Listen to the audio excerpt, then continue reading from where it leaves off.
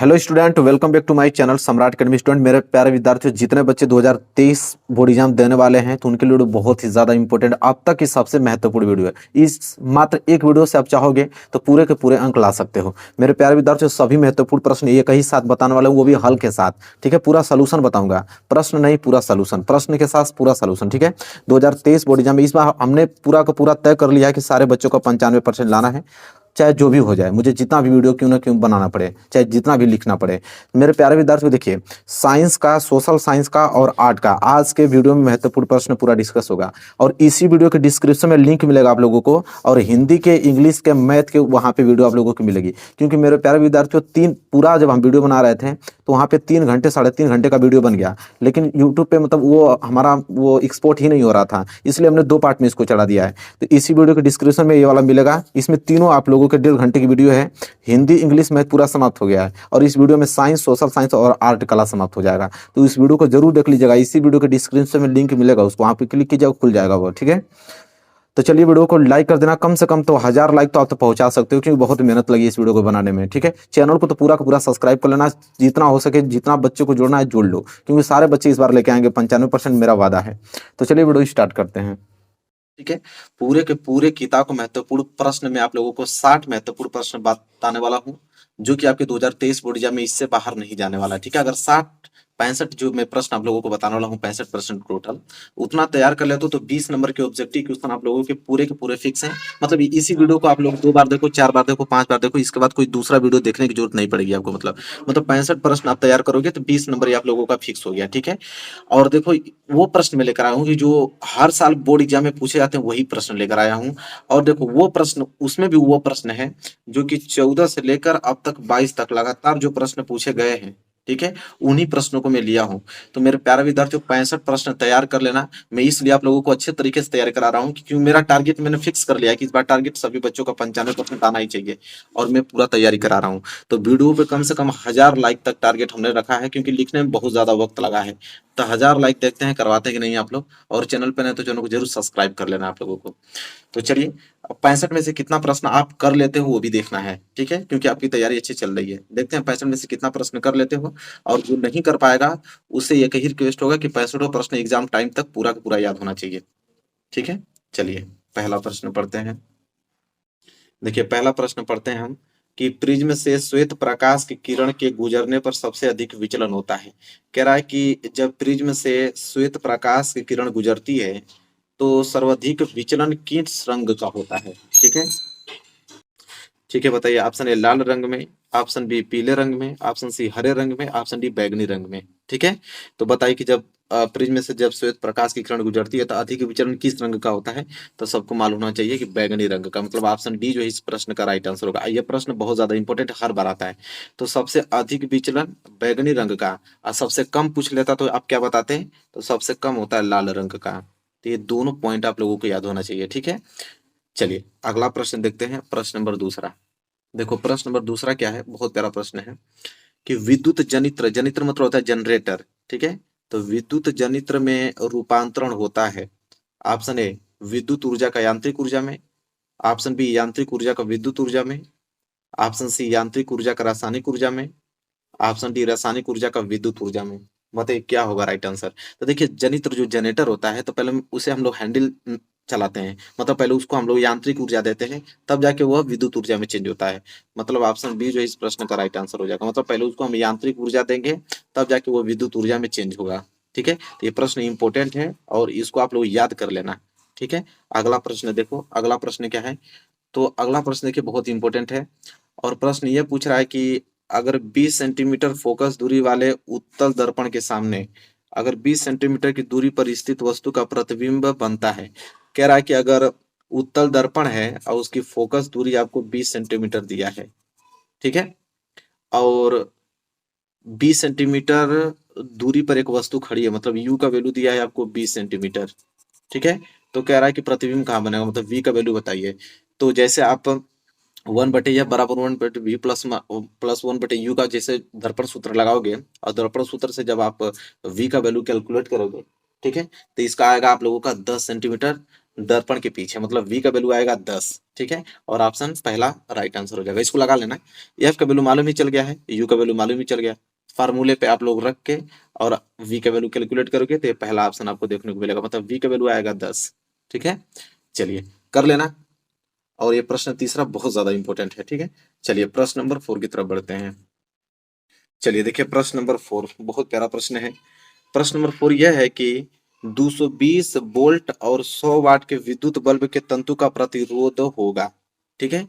अब प्रतिरोध पूछा है और देखिए V का वैल्यू आपको दिया है, V बराबर कितना दिया है 220 वोल्ट और W बराबर दिया है आपको 100 वाट और आपको पूछा है कि प्रतिरोध R का वैल्यू पूछा है, ठीक है। तो R बराबर क्या होगा, देखिए R बराबर फॉर्मूला हो जाएगा, एक होता है V स्क्वायर बटे में W, ठीक है। यहाँ से हम लोग निकाल देंगे V स्क्वायर मतलब 220 गुणे 220 और नीचे W का वैल्यू कितना दिया है, कितना वाट P, ठीक है। P का वैल्यू दिया है, जैसे वाट मतलब वाट जो आता है P का वैल्यू होता है, जैसे P का मतलब पावर का मात्रक वाट होता है, तो P का वैल्यू आपको दिया है 100 और V का वैल्यू दिया है 220, तो फार्मूला बनता है R बराबर V स्क्वायर अपान के P, ठीक है। तो P का वैल्यू कितना आप लोगों का 100 वाट है, तो नीचे आप 100 लिख दोगे, एक जीरो से एक जीरो मतलब दो जीरो से दो जीरो कैंसिल। अब 22 में जब 22 को गुणा करोगे तो आपका आंसर आएगा 484 ओम, ठीक है। मतलब फार्मूला ये होता है, मैं लिख देता हूँ आराम से, R बराबर V स्क्वायर अपान के P, यह फार्मूला होता है, ठीक है। चलिए क्लियर हो गया होगा आप लोगों को और इसको याद कर लेना। अगला प्रश्न देखो क्या है। अगला प्रश्न यह है कि प्रोपेनॉल है, देखो प्रोपेनॉल है, ऑप्शन ए C2H5OH, ऑप्शन बी C3H7OH और ऑप्शन डी है C3H5OH और ऑप्शन डी जो है वो C3H6OH है। तो बताओ प्रोपेनॉल का सूत्र क्या होता है, ठीक है। तो प्रोपेनॉल, तो प्रोपेनॉल को होता है ऑप्शन बी, याद रखना, ठीक है। सबसे ज्यादा इंपॉर्टेंट है, एग्जाम में हमेशा पूछता है प्रोपेनॉल को, ठीक है। तो प्रोपेनॉल का होता है C3H7OH, ठीक है। मतलब बी जो है इस क्वेश्चन का राइट आंसर हो जाएगा। चलो अगला प्रश्न देख लो। अगला प्रश्न हो क्वेश्चन नंबर 6, अधातु है, इसमें बताना कि अधातु कौन है, ठीक है। बताइए अधातु कौन है इसमें से, बताइए क्या होगा, पोटेशियम होगा कि फोरान होगा कि एल्युमिनियम होगा कि सोडियम होगा, बताइए अधातु कौन है इसमें से। Very very most important question है। तो सबको मालूम है कि जो फोरान है ये आप लोगों का अधातु है, ठीक है। बाकी सोडियम हुआ, एल्युमिनियम हुआ, पोटेशियम, ये सब क्या है, धातु है। तो ऑप्शन बी जो है इस प्रश्न का राइट आंसर हो जाएगा, ठीक है। चलिए आगे बढ़ते हैं और प्रश्न नंबर 7वां देखिए। प्रश्न नंबर 7वां क्या है, बहुत इंपॉर्टेंट प्रश्न है कि ठंडे जल से हाइड्रोजन गैस बनाती है, मतलब ठंडे जल से कौन हाइड्रोजन गैस बनाती है, मतलब किसकी अभिक्रिया अगर ठंडे जल से करा दिया जाए तो उसमें से हाइड्रोजन गैस निकलेगा। ऑप्शन है लोहा, option B copper, option C sodium, option D carbon. देखिए बहुत प्यारा प्रश्न है और इसी प्रकार के प्रश्न आपके एग्जाम में आएंगे और इन्हीं प्रश्नों की प्रैक्टिस आपको करके जानी है। तो देखिए इसका राइट आंसर होगा सोडियम, क्योंकि सोडियम को अगर ठंडे जल में डाल देंगे तो हाइड्रोजन गैस निकलने लगता है उससे रिएक्शन करके, ठीक है। चलिए अगला प्रश्न देखते हैं, प्रश्न नंबर 8वां।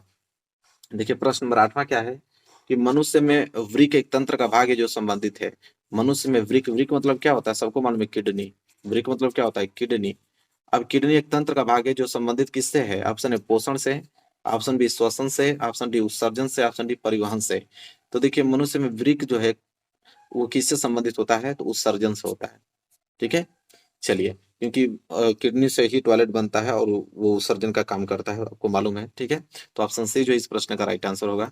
और चलिए बढ़ेंगे अगले प्रश्न की तरफ, प्रश्न नंबर 9 की तरफ। चलिए देखिए प्रश्न नंबर 9 क्या है कि स्वपोषी पोषण के लिए आवश्यक है। स्वपोषी पोषण मतलब ये होता है कि जो भोजन अपना स्वयं बनाते हो, जैसे में पौधा हुआ है, तो जैसे पौधा अपना भोजन स्वयं बनाएगा तो उसके लिए क्या चीज आवश्यक है। ऑप्शन ए कार्बन डाइऑक्साइड तथा जल, option B chlorophyll, option C सूर्य का प्रकाश, ऑप्शन डी उपयुक्त सभी। तो बताइए बहुत प्यारा प्रश्न है, सिंपल प्रश्न है, सभी लोग इसका आंसर दे पाओगे। तो उपयुक्त सभी, क्योंकि सबको मालूम है कि भोजन बनाने के पौधे होते हैं जो अपना भोजन स्वयं बनाते हैं, जैसे पौधा, उसके लिए सब चाहिए, तो उपयुक्त सभी, ठीक है। अगला प्रश्न देखो, प्रश्न नंबर 10वां। प्रश्न नंबर 10वां है कि अलैंगिक जनन मुकुलन द्वारा होता है, कह रहा है जो कि अलैंगिक जनन मुकुलन द्वारा होता है कहाँ पे होता है, अमीबा में होता है कि ईस्ट में कि प्लाज्मोडियम में होता है कि लिस्मानिया में, ठीक है। सबको मालूम है कि अलैंगिक जनन मुकुलन कहाँ पे होता है, ईस्ट में होता है, मतलब ऑप्शन बी जो है इस प्रश्न का राइट आंसर हो जाएगा, ठीक है। चलिए मेरे प्यारे बच्चों अगले प्रश्न की तरफ बढ़ते हैं और प्रश्न नंबर 11 जैसा कि देख पा रहे हैं कि पराग कोष में होते हैं, बताना आप लोगों को कि पराग कोष में होते हैं। ऑप्शन ए है आपका वायदल होता है, कि ऑप्शन बी अंडाशय होता है, कि ऑप्शन सी अंडक होता है, कि ऑप्शन डी परागकण होता है। तो इसका सिंपल ट्रिक यही होता है कि पराग कोष में क्या होता है, तो पराग कोष में परागकण ही होंगे और क्या होंगे, ठीक है। तो मतलब ऑप्शन डी जो है इस प्रश्न का राइट आंसर हो जाएगा। चलिए अगला प्रश्न देखते हैं, प्रश्न नंबर 12। देखिए ये प्रश्न बहुत इंपॉर्टेंट है और इससे बाहर एक भी प्रश्न आपके एग्जाम में नहीं आएगा, ठीक है, एक भी इससे बाहर नहीं जाएगा, सारे प्रश्न को उत्तर दे दोगे अगर ये प्रश्न पूरे तैयार हैं आपको। तो अगर वक्रता त्रिज्या का मात्रक होता है, मतलब वक्रता त्रिज्या का मात्रक क्या होता है, मीटर में, सेंटीमीटर में, मिलीमीटर में, ये सभी। तो इतना तो जानकारी होना चाहिए आप लोगों की कि जो वक्रता त्रिज्या होती है, रेडियस होती है, उसको आप किसी में भी ले सकते हो, आपकी मीटर में लेना तो मीटर में ले सकते हो, सेंटीमीटर में ले सकते हो, मिलीमीटर में, ठीक है। इसलिए ऑप्शन डी जो है इस प्रश्न का राइट आंसर होगा, तो ये सभी होंगे, ठीक है। चलिए बढ़ेंगे अगले प्रश्न की तरफ। प्रश्न नंबर 13। देखिए ये प्रश्न जो है इस पे आप स्टार बना लो क्योंकि ये प्रश्न बहुत ज्यादा इंपॉर्टेंट है और कैसे में इसको आप लोग सॉल्व करोगे एग्जाम में आपको बता रहा हूं, ठीक है। देखो बहुत ज्यादा इंपॉर्टेंट है ये प्रश्न, हर बार आता है, इस बार भी आएगा। प्रश्न यह है, पहले पढ़ता हूं कि प्रतिरोध आर के किसी तार के टुकड़े को 4 बराबर भागों में काटा जाता है। अब वो 4 दिया है ना, आपके एग्जाम में 5 दे सकता है, लेकिन ट्रिक क्या है इसको हल करने का बता रहा हूं आप लोगों को। जैसे 4 बराबर भागों में काटा जाता है, इन टुकड़ों को फिर कह रहा कि समांतर क्रम में संयोजित कर देते हैं। यदि तुल्य प्रतिरोध आर डैश है तो आर डैश बटे आर का अनुपात होगा, ठीक है। तो देखिए इसका जो राइट आंसर होगा वो होगा, आप लोगों को पहले ऑप्शन पढ़ लेता हूँ, 1/4, option B 4, option C 16, option D 1/16। तो इसका राइट आंसर जो होगा वो होगा आप लोगों को 1/16। इसको लगाओगे तो समझ में आ जाएगा, लेकिन ट्रिक मैं आपको बता रहा हूँ कि जब भी एग्जाम में आएगा तो आप कैसे तुरंत कर दोगे। देखो कोई भी प्रतिरोध का टुकड़ा आर रहेगा, उसको 4 बराबर भागों में या 5 बराबर भागों में, जैसे यहाँ पे 4 का है, ठीक है। अब ये बात याद होना चाहिए कि यहाँ पे समांतर क्रम में ही जोड़ना चाहिए उसको, ठीक है। तो यहाँ बोला गया कि समांतर क्रम में जोड़ने पर तुल्य प्रतिरोध अगर आर डैश है और अनुपात याद आपको करना है कि अनुपात हमेशा आपको आर डैश बटे आर देगा, तो इसका वैल्यू हमेशा होगा 1/16। मतलब यहाँ अगर 4 है तो 4 का वर्ग करोगे तो 16 आ जाएगा। अगर 5 टुकड़े में करता है तो 1/25 आ जाता है, 6 टुकड़ों में करता है तो 1/36 आ जाता है। लेकिन अनुपात याद होना चाहिए, यहाँ पे आपका आर डैश होना चाहिए और यहाँ पे आपको इसका तुल्य प्रतिरोध आर डैश और यहाँ पे आपको आर डैश बटे आर ही होना चाहिए। अगर ये आपका अनुपात चेंज कर देता है, मतलब आर को ऊपर कर देता है और आर डैश को नीचे कर देता है, तो 16 ऊपर चला जाएगा, 1 नीचे, तो उस समय इसका आंसर 16 होने लगेगा, ठीक है। अगर आर ऊपर कर देगा आर डैश नीचे, तो उस समय उसका आंसर 16 होगा। तो ये याद रखिएगा, जैसे आप लोगों को घुमाएगा उस तरह आप लोगों घूम जाएंगे। तो ये प्रश्न बहुत ज्यादा इंपॉर्टेंट है और इसको याद करना। इस प्रश्न का राइट आंसर इस समय होगा 1/16, ठीक है। चलिए अब प्रश्न बहुत इंपॉर्टेंट है और अगले प्रश्न की तरफ बढ़ेंगे। देखिए प्रश्न नंबर 14 की तरफ। देखिए प्रश्न नंबर 14 क्या है, बहुत प्यारा प्रश्न है, ध्यान से पढ़ोगे तभी इसका आंसर दे पाओगे। अब यही प्रश्न एग्जाम में आते हैं। कह रहा है कि एक पारदर्शी माध्यम से दूसरे पारदर्शी माध्यम में प्रवेश करने पर एक प्रकाश की किरण के लिए अपवर्तन कोण का मान आपतन कोण की तुलना में अधिक होता है यदि प्रकाश की किरण, कह रहा है, पहले सिचुएशन समझो क्या कह रहा है। कह रहा है कि कोई एक पारदर्शी माध्यम है और एक पारदर्शी माध्यम से अगर दूसरे पारदर्शी माध्यम में प्रवेश करने वाली अगर एक प्रकाश की किरण जा रही है, तो हमें बताना है कि अपवर्तन कोण का मान आपतन कोण की तुलना में अधिक होगा कब, यदि प्रकाश की किरण सघन माध्यम से विरल माध्यम में जा रही है, कि ऑप्शन बी विरल माध्यम से सघन माध्यम में जा रही है, कि ऑप्शन सी सघन एवं विरल माध्यम की संयुक्त सतह की दिशा में जा रही है, कि ऑप्शन डी दोनों माध्यम एक ही हो। देखिए एक कंडीशन तभी हो सकता है कि जब एक माध्यम से दूसरे माध्यम में प्रकाश की किरण प्रवेश करे और अपवर्तन कोण का मान आपतन कोण की तुलना में अधिक होगा, तो समझ लीजिए कि 100% सघन माध्यम से वो विरल माध्यम में ही जाएगी, तभी ये कंडीशन फॉलो होगा, ठीक है। सघन माध्यम से वो विरल माध्यम में जाएगी तभी अपवर्तन कोण का मान आपतन कोण की तुलना में अधिक होगा। मतलब ऑप्शन ए जो है इस प्रश्न का राइट आंसर होगा। इस प्रश्न को आप लोग रट जाइएगा क्योंकि यही प्रश्न आप लोगों के एग्जाम में आएंगे 2023 में और आप लोगों को आंसर देना होगा, ठीक है। चलिए बढ़िए अगले प्रश्न की तरफ और देखिए प्रश्न नंबर यहाँ पे 15 क्या बोल रहा है। ये तो बहुत सिंपल है, इसका उत्तर तो सभी लोग दे दोगे। प्रश्न नंबर 15 का कि विद्युत धारा का मापन किया जाता है। बताइए विद्युत जो धारा होता है उसका मापन किसके द्वारा किया जाता है, वोल्ट मीटर से कि मीटर से कि गैल्वेनोमीटर से कि ऊर्जा मीटर से। बताइए प्रश्न नंबर 15 का राइट आंसर क्या होगा। तो विद्युत धारा का मापन किससे किया जाता है, अमीटर से किया जाता है, सिंपल। ऑप्शन बी जो है इस प्रश्न का राइट आंसर होगा। और अगला प्रश्न की तरफ बढ़ेंगे और यह प्रश्न का उत्तर तो आप लोगों को मालूम होना चाहिए कि धावन सोडा का रासायनिक सूत्र क्या होता है। धावन सोडा क्या बोला है कि धावन सोडा का रासायनिक सूत्र होता है। ऑप्शन ए NaOH मतलब कि sodium hydroxide, option B NaHCO3 मतलब सोडियम बाइकार्बोनेट, चाहे इसे सोडियम हाइड्रोजन कार्बोनेट भी कह सकते हो, और ऑप्शन सी है कि Na2CO3 मतलब कि सोडियम कार्बोनेट, और ऑप्शन डी है कि CaOCl2 मतलब कैल्शियम ऑक्सीक्लोराइड जिसे ब्लीचिंग पाउडर व्यंजन चूर्ण कहते हैं। तो धावन सोडा का रासायनिक सूत्र क्या होता है, ऑप्शन सी मतलब सोडियम कार्बोनेट, ठीक है। याद रख लीजिएगा Na2CO3 10H2O, ठीक है। चलिए अगला प्रश्न देखते हैं। प्रश्न नंबर ये आपका 16 था, कंप्लीट हो गया। और प्रश्न नंबर देखो 17। प्रश्न नंबर 17 क्या बोल रहा है कि एक विलयन अगर नीले लिटमस को लाल कर देता है तो इसका पीएच मान होगा। तो सबको मालूम है कि अगर नीला से अगर लाल कर देता है तो 100% अम्ल ही होगा वह, क्योंकि अम्ल ही नीले लिटमस को लाल करता है। और जब अम्ल है तो अम्ल का पीएच मान हमेशा 7 से कम होता है। तो 7 तो होगा नहीं, 7 से अधिक ये भी नहीं होगा, 7 से भी अधिक होगा ये भी नहीं होगा, मतलब जब भी होगा तो 7 से कम होगा। 7 से कम आपका ऑप्शन ए ही दिख रहा है, मतलब ऑप्शन ए जो है इस प्रश्न का राइट आंसर होगा, ठीक है। चलिए बढ़ते हैं अगले प्रश्न की तरफ, प्रश्न नंबर 18 की तरफ। देखिए प्रश्न नंबर 18 क्या बोल रहा है कि निम्न में से किस कार्बनिक यौगिक में कीटोनिक समूह उपस्थित है। आपको बताना है कि कीटोनिक समूह उपस्थित किन में है, ठीक है। Option A, option B, option C, option D, चारों को आप लोग देख लो और बताना है कि कीटोनिक समूह उपस्थित किस में है। बहुत प्यारा प्रश्न है और एग्जाम में 2022 में तो बहुत बार एग्जाम में प्रश्न आ चुका है। तो देखो कीटोनिक समूह आपका ऑप्शन बी जो होगा ये होगा, ठीक है। देखिए CH3 और कार्बन डबल बॉन्ड से ऑक्सीजन जुड़ा हुआ, सिंगल बॉन्ड से फिर CH3 जुड़ा हुआ है, ये आप लोगों को क्या है कीटोनिक समूह है, ठीक है। तो ये कार्बनिक यौगिक में कीटोनिक समूह उपस्थित है, ऑप्शन बी याद रखिएगा। और इसी के साथ हम बढ़ेंगे अगले प्रश्न की तरफ, प्रश्न नंबर 19। और 19वां प्रश्न तो सिंपल है, सबको मालूम होना चाहिए कि निम्न में से कौन ऊर्जा का सिक्का या मुद्रा के रूप में माना जाता है। मतलब ऊर्जा का सिक्का किसे कहते हैं, ठीक है। ऊर्जा का सिक्का किसे कहते हैं। Option A ADP, option B ATP, option D AMFP, option D pyruvic. तो सबको मालूम होना चाहिए कि ऊर्जा का सिक्का हम लोग ATP को कहते हैं। किसको कहते हैं, ATP को, एनर्जी ऑफ मनी, ठीक है। चलिए आगे बढ़ते हैं और प्रश्न नंबर 20वां देखिए। प्रश्न नंबर 20वां क्या है कि निम्न में से कौन सा एक केवल जंतु में पाया जाता है। बताना है कि केवल जंतु में कौन पाया जाता है, मतलब श्वसन पाया जाता है कि तंत्रिका तंत्र की हार्मोन्स की वृद्धि। केवल जंतु की बात हो रहा है तो देखिए केवल जंतु की अगर हम बात करें तो केवल जंतु में पाया जाता है तंत्रिका तंत्र, मतलब ऑप्शन बी जो है इस प्रश्न का राइट आंसर हो जाएगा, ठीक है। चलिए मेरे प्यारे बच्चों आगे बढ़ते हैं और 21 देखिए। 21 क्या है, और ये तो सिंपल प्रश्न है कि मेंडल ने अपना प्रयोग निम्न में से किस पौधे पर किया था। और मैं पढ़ता हूँ, इसका आंसर सभी लोग दोगे। ऑप्शन ए मटर, ऑप्शन बी चना, ऑप्शन सी गुड़हल, ऑप्शन डी जो है राइजोपस। तो सिंपल जवाब होना चाहिए आप लोगों का कि मटर, ठीक है। सबको मालूम है कि मेंडल ने अपना जो प्रयोग किया था किस पौधे पे किया था, मटर पे किया था। चलिए बढ़ेंगे अगले प्रश्न की तरफ, प्रश्न नंबर 22 की तरफ। और देख लीजिए अगला प्रश्न, प्रश्न नंबर 22 क्या है कि निम्नलिखित में से कौन सी एक पराबैंगनी किरणों को पृथ्वी पर आने से रोकती है। पराबैंगनी किरण जब पृथ्वी पर आती है तो कौन सी परत रोकती है, मतलब क्लोरीन परत रोकती है कि ओजोन परत कि ऑक्सीजन परत कि हाइड्रोजन परत। और यह बहुत नॉर्मल प्रश्न है और इसका प्रश्न का उत्तर सभी लोग देंगे, ठीक है। सबको मालूम कि पराबैंगनी प्रकाश की किरण जब पृथ्वी पर आती है तो उसको एक ही परत रोकती है, ओजोन परत, मतलब ऑप्शन बी जो है इस प्रश्न का राइट आंसर हो जाएगा, ठीक है। चलिए आगे बढ़ते हैं, प्रश्न नंबर 23।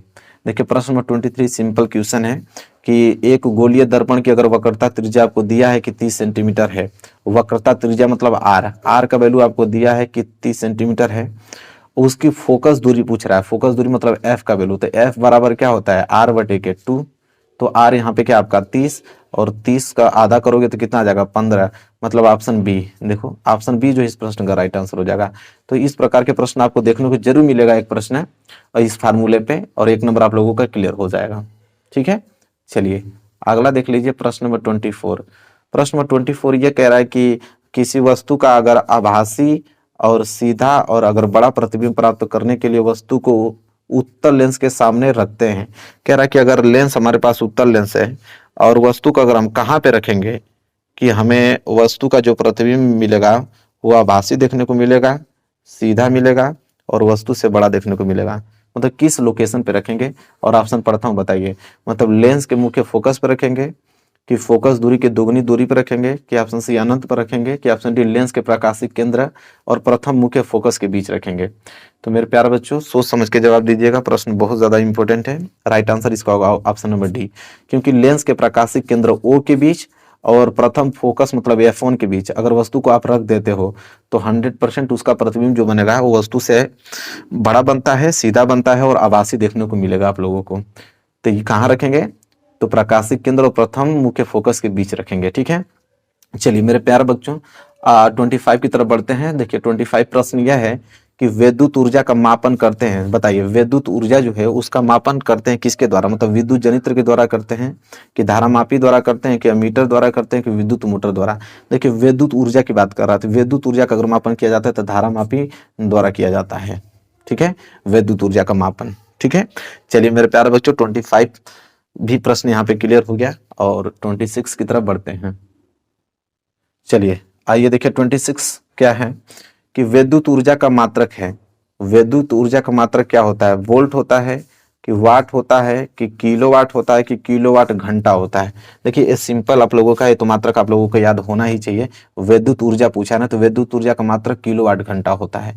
ठीक है, क्लियर हो गया। बोल्ट, बोल्ट किसका होता है, यहाँ पे विभवांतर का होता है। वाट किसका होता है, शक्ति का होता है। ठीक है, तो मालूम है आप लोगों को। और यह प्रश्न आप लोगों के लिए बहुत ज्यादा इंपॉर्टेंट है। विद्युत ऊर्जा का मात्रक किलोवाट घंटा होता है, याद रखिएगा। ठीक है, और आगे अगर प्रश्न बढ़े तो 27 भी प्रश्न बहुत इंपॉर्टेंट है कि कार्बन परमाणु की संयोजकता आपको बताना है कि कार्बन परमाणु की जो संयोजकता होती है कितनी होती है, 2 होती है कि 3 होती है कि 4 होती है कि 5। तो सिंपल आप लोगों को, ये तो सिंपल क्वेश्चन है कि कार्बन परमाणु की संयोजकता कितनी होती है, 4 होती है। और मतलब ऑप्शन सी जो है इस प्रश्न का राइट आंसर हो जाएगा, समझ लीजिए। ठीक है, इंपॉर्टेंट प्रश्न है। आगे अगर हम बात करते हैं तो प्रश्न नंबर 28 आप देखोगे और इसका सूत्र तो आप लोग को मालूम होना चाहिए कि कैल्शियम फास्फेट का सूत्र क्या होता है। यही प्रश्न पूछा है कि कैल्शियम फास्फेट का सूत्र क्या होता है। CaPO3 होल ट्वाइस होता है कि CaPO4 होता है कि CaPO4 होल ट्वाइस कि CaP2O4 होता है।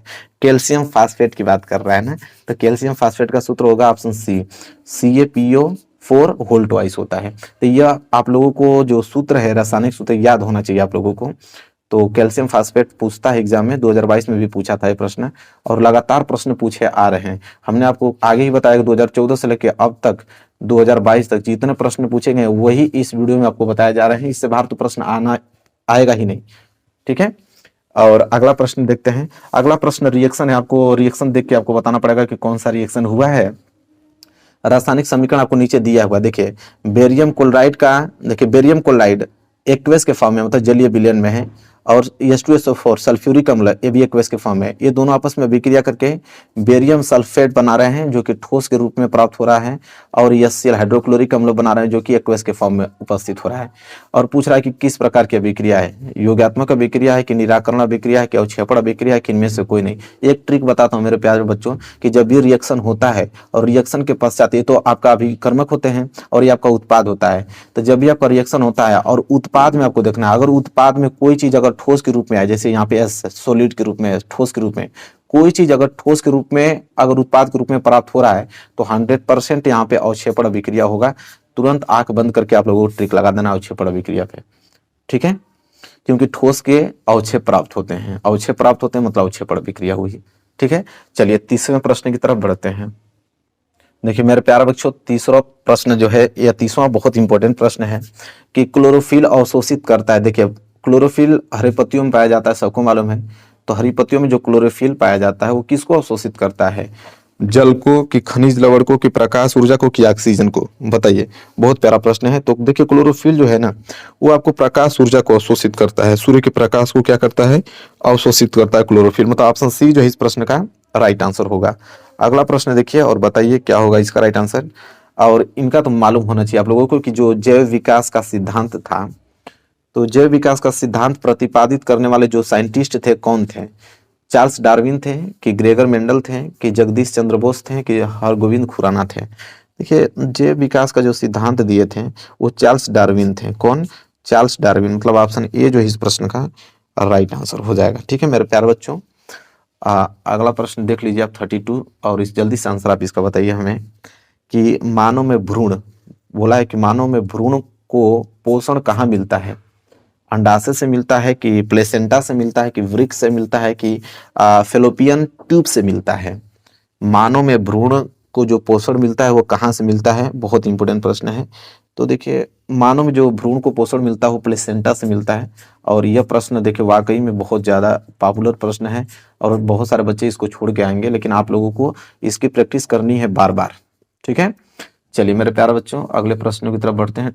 33 कह रहा है कि निम्नलिखित में से कौन विषम पोषी नहीं है। अब देखिए विषम पोषी नहीं है पूछा है। ठीक है, विषम पोषी नहीं है। फफूदी, ऑप्शन बी फीता कृमि, option C yeast, option D money plant. ठीक है, क्या होगा राइट आंसर बताइए। तो विषम पोषी नहीं है, तो देखिए जो मनी प्लांट है विषम पोषी नहीं होता है। बाकी यह देखिए फीता कृमि, ईस्ट, फफूदी ये सब विषम पोषी होते हैं। अब पूछा है कि विषम पोषी नहीं है, मतलब मनी प्लांट जो है विषम पोषी नहीं होता है। ठीक है, तो ऑप्शन डी जो है इस प्रश्न का राइट आंसर होगा। और इसी के साथ हम अगले प्रश्न बढ़ेंगे और इसका आंसर आप दीजिए 34 का, कि अवतल दर्पण के फोकस पर रखी वस्तु का प्रतिबिंब बनता है। अगर आपके पास अवतल दर्पण है और वस्तु को आपने रख दिया मुख्य फोकस पर, तो उसका प्रतिबिंब कहाँ बनेगा? वक्रता केंद्र पर, कि दर्पण के पीछे, कि अनंत पर, कि ध्रुव पर? तो बिना सोचे समझे आप दोगे कि जब एफ पर मुख्य फोकस पे जब हम लोग वस्तु को रखते हैं तो उसका प्रतिबिंब अनंत पर बनता है, और जब अनंत पे रखते हैं तो उसका प्रतिबिंब मुख्य फोकस पे बनता है। जस्ट उल्टा होता है, फोकस पे रखोगे तो अनंत पे और अनंत पे रखोगे तो फोकस पे। तो हालांकि यहाँ पे हमसे पूछा है कि अगर फोकस पे रखेंगे तो वस्तु का प्रतिबिंब कहाँ बनेगा? तो अनंत पर बनेगा। सिंपल जवाब होना चाहिए। ठीक है, चलिए 34 भी हो गया ना, 35 की तरफ बढ़ते हैं। चलिए मेरे प्यारे बच्चों 35 देखिए, प्रश्न बहुत ज्यादा इंपॉर्टेंट है कि निम्न में दिए गए माध्यमों में प्रकाश की चाल न्यूनतम होती है। कह रहा है कि किस माध्यम में अगर प्रकाश की चाल की बात करें तो सबसे न्यूनतम होती है। न्यूनतम मतलब होता है सबसे कम किस में होती है प्रकाश की चाल। देखिए मेरे प्यारे बच्चों, जिसका अपवर्तनांक सबसे ज्यादा होगा प्रकाश की चाल उसमें सबसे कम होती है। तो आप ही बताओ कि सबसे ज्यादा अपवर्तनांक किसके होता है? तो हीरे का अपवर्तनांक सबसे ज्यादा होता है। तब हीरे का अपवर्तनांक सबसे ज्यादा होता है तो प्रकाश की चाल सबसे कम इसी में होगी। मतलब ऑप्शन ए जो है इस प्रश्न का राइट आंसर हो जाएगा। ठीक है, चलिए ये भी प्रश्न क्लियर हो गया। अगला प्रश्न देखो, अगला प्रश्न है मेरे प्यारा बच्चों कि 5 ओम प्रतिरोध तार को अगर 5 बराबर टुकड़ों में काटने पर प्रत्येक टुकड़े का प्रतिरोध होगा। तो बताइए कि 5 ओम प्रतिरोध के तार का टुकड़ा है, ठीक है, 5 ओम प्रतिरोध के तार का टुकड़ा है, आप 5 बराबर भागों में कर दोगे तो एक एक में बढ़ जाएगा। ठीक है, तो उसका प्रतिरोध का मान कितना होगा? सिंपल 1 ओम होगा। ऐसे ही देखने को मिल रहा है। आप बताइए कि 5 ओम प्रतिरोध का तार का टुकड़ा है और उसको 5 बराबर भागों में बांटोगे तो एक एक टुकड़ा बराबर बराबर हिस्सा में आएगा, मतलब 1 ओम आएगा। सिंपल। चलिए ये तो बहुत नॉर्मल प्रश्न था।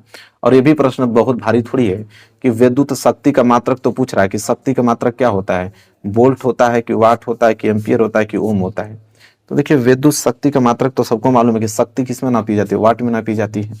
ठीक है, मतलब ऑप्शन बी जो है इस प्रश्न का राइट आंसर हो जाएगा। ठीक है, चलिए बच्चों ऐसे छोटे छोटे प्रश्न आएंगे, एक भी प्रश्न आप छोड़ोगे नहीं, सारे प्रश्न करके एग्जाम में चले आओगे। पूरे 20 में 20 ऑब्जेक्टिव इस वीडियो से आप लोगों के कवर हो जाएंगे। ठीक है, अगला प्रश्न है प्रोपेनल। बताइए, ये प्रश्न अच्छा है कि प्रोपेनल का सूत्र क्या होता है? C2H5O होता है कि C3H6O होता है कि C4H8O होता है कि C3H5O होता है? बताइए प्रोपेनल। ये प्रश्न एग्जाम में ओरिएंटेड प्रश्न है, बहुत लगातार ये प्रश्न पूछा जाता है। तो प्रोपेनल का सूत्र होता है, याद कर लेना कि C3H6O होता है। ठीक है, ये वाला ये प्रोपेनल का सूत्र होता है और आप लोगों को याद कर लेना है इस प्रश्न को। चलिए मेरे प्यारे बच्चों अगला प्रश्न बढ़ते हैं 39। देखो 39 यह है कि यहाँ पे आपको भरना है। कह रहा है कि ठंडे तनु अम्ल से हाइड्रोजन गैस बनाता है। मतलब कह रहा है कि कौन अगर ठंडे तनु अम्ल से अगर अभिक्रिया करें तो उसमें हाइड्रोजन गैस निकलेगा। मतलब सिलिका से कराएंगे कि कॉपर से कराएंगे कि जिंक से कराएंगे कि कार्बन से? तो रिएक्शन आपको मालूम होगा कि जब जिंक की अभिक्रिया अगर हम ठंडे तनु अम्ल से कराएंगे तो आपको उत्पाद में जब रिएक्शन होगा तो देखोगे तो हाइड्रोजन गैस यहाँ पे निकलता हुआ प्रतीत होगा। ठीक है, तो मतलब ऑप्शन सी जो है इस प्रश्न का राइट आंसर होगा, मतलब जिंक। ठीक है, चलिए मेरे प्यारे बच्चों 39 भी प्रश्न यहाँ पे हो गया और 40वें प्रश्न की तरफ बढ़ते हैं। देखिए मेरे प्यारे बच्चों 40वां प्रश्न जो है वो प्रश्न यह है कि मानव में गुणसूत्रों की संख्या होती है। आपको बताना है कि जो कि मानव में जो गुणसूत्र होते हैं उनकी संख्या कितनी होती है? ऑप्शन ए 42 होती है कि ऑप्शन बी 44 होती है, ऑप्शन सी 46 होती है कि ऑप्शन डी 48 होती है? नॉर्मल प्रश्न है, इस प्रश्न का उत्तर आप दे दोगे कि मानव में गुणसूत्रों की संख्या मेरे प्यारे बच्चों कितनी होती है? 46 होती है। ऑप्शन सी जो है इस प्रश्न का राइट आंसर हो जाएगा। ठीक है, चलिए अगला प्रश्न देखिए, प्रश्न नंबर 41। क्या कह रहा है प्रश्न नंबर 41 कि निम्न में से कौन मानव में मादा जनन तंत्र का भाग नहीं है? मतलब चारों ऑप्शन में से बताना है कि मानव में मादा जनन तंत्र का भाग नहीं है। अंडाशय, गर्भाशय, शुक्रवाहिका, डिंब वाहिनियां। तो देखिए सबको मालूम है कि अगर हम मादा जनन तंत्र की अगर बात करें तो ये तो अंडाशय होता ही है, गर्भाशय भी होता है, डिंब वाहिनियां। ये जो शुक्रवाहिका ये नहीं होता है। ठीक है, तो जो ऑप्शन सी जो है इस प्रश्न का राइट आंसर हो जाएगा। देखिए नॉर्मल प्रश्न आएंगे और आप इस वीडियो को 2-3 बार देख के आप प्रैक्टिस कर लेना, एक प्रश्न बाहर नहीं जाएगा, मेरा वादा है आप लोगों से, ठीक है। चलिए मेरे प्यारे बच्चों, अगला प्रश्न देखते हैं, प्रश्न नंबर 42। देखिए प्रश्न नंबर 42 जो है प्रश्न है, कह रहा है कि निम्नलिखित में से कौन सा जीन प्रारूप, देखिए ये प्रश्न हाईलाइटेड है, इसको आप स्टार बना लो, ठीक है, कि निम्नलिखित में से कौन सा जीन प्रारूप शुद्ध गोल बीजों को प्रकट करता है। देखिए ऐसे ही प्रश्न बच्चे छोड़ के आते हैं और यही प्रश्न आप करके अच्छे नंबर उन लोगों से लेकर आओगे, ठीक है। कह रहा है कि जीन प्रारूप शुद्ध गोल बीजों को प्रकट करता है, small T T, capital T small T, कि स्मॉल टी कैपिटल टी, कि दोनों कैपिटल आर आर। बताइए 40 ये 2 का राइट आंसर क्या होगा, बहुत इंपॉर्टेंट है। तो देखिए जीन प्रारूप याद कर लेना, शुद्ध गोल बीजों का जो जीन प्रारूप होता है वो कैपिटल आर आर होता है। इस बात को एकदम दिमाग में सेट कर लीजिए, यह प्रश्न बहुत ज्यादा इंपॉर्टेंट है, क्योंकि सारे बच्चे छोड़ेंगे, आप इसको करके आओगे तो अच्छे नंबर लेके आओगे ना उन लोगों से। चलिए चलिए मेरे प्यारे बच्चों 43 देखना। 43 क्या है कि पादपों में जाइलम का कार्य होता है। अच्छा ये बताइए कि जो पौधे में जाइलम होता है तो जाइलम किसका काम करता है, उत्सर्जी वजह पदार्थों का संवहन करता है, कि ऑप्शन जल का संवहन करता है, कि भोजन का संवहन करता है, कि अमीनो अम्ल का संवहन करता है। देखिए पौधों में जाइलम पाया जाता है, जाइलम मतलब जल का संवहन करता है, ठीक है, जल का पूरा संवहन का कार्य होता है जाइलम का, ठीक है। अगर फ्लोएम रहता, पूछता कि पादपों में फ्लोएम का कार्य होता है तो फ्लोएम भोजन का संवहन करता है, ये बात भी याद रखना आप लोग, ठीक है। चलिए मेरे प्यारे बच्चों 43 हो गया, 44 की तरफ बढ़ते हैं। देख लो मेरे प्यारे बच्चे 44 प्रश्न क्या है कि कह रहा है कि वायु के सापेक्ष माध्यम का अपवर्तनांक अधिकतम होगा। कह रहा है कि अगर वायु के सापेक्ष अगर हम बात करें तो किस माध्यम का जो अपवर्तनांक होता अधिकतम होगा, जल में, कि हीरे में, कि कांच में, कि तारपीन के तेल में। तो अभी हमने आप लोगों को बताया कि सबसे ज्यादा अगर अपवर्तनांक होता था हीरे का होता है, और ऑप्शन में दिया हुआ था सबसे ज्यादा तो इसी का होगा ना। हालांकि हमको वायु के सापेक्ष पूछा है कि वायु से अधिक अपवर्तनांक किसका होगा, तो सबसे ज्यादा हीरे का होता है, तो वायु मतलब क्या होगा, ठीक है, मतलब हीरे का अपवर्तनांक सबसे ज्यादा होता है, चाहे वो जल से ले लीजिए, चाहे कांच से लीजिए, चाहे तारपीन के तेल से, सबसे ज्यादा हीरे का होता है, ठीक है। चलिए मेरे प्यारे बच्चों अगला प्रश्न देखो 45। और 45 ये कह रहा है कि अगर आपकी आंखों में निकट दृष्टि दोष है तो उसके निवारण के लिए आप चश्मे में कौन सा लेंस प्रयुक्त करोगे।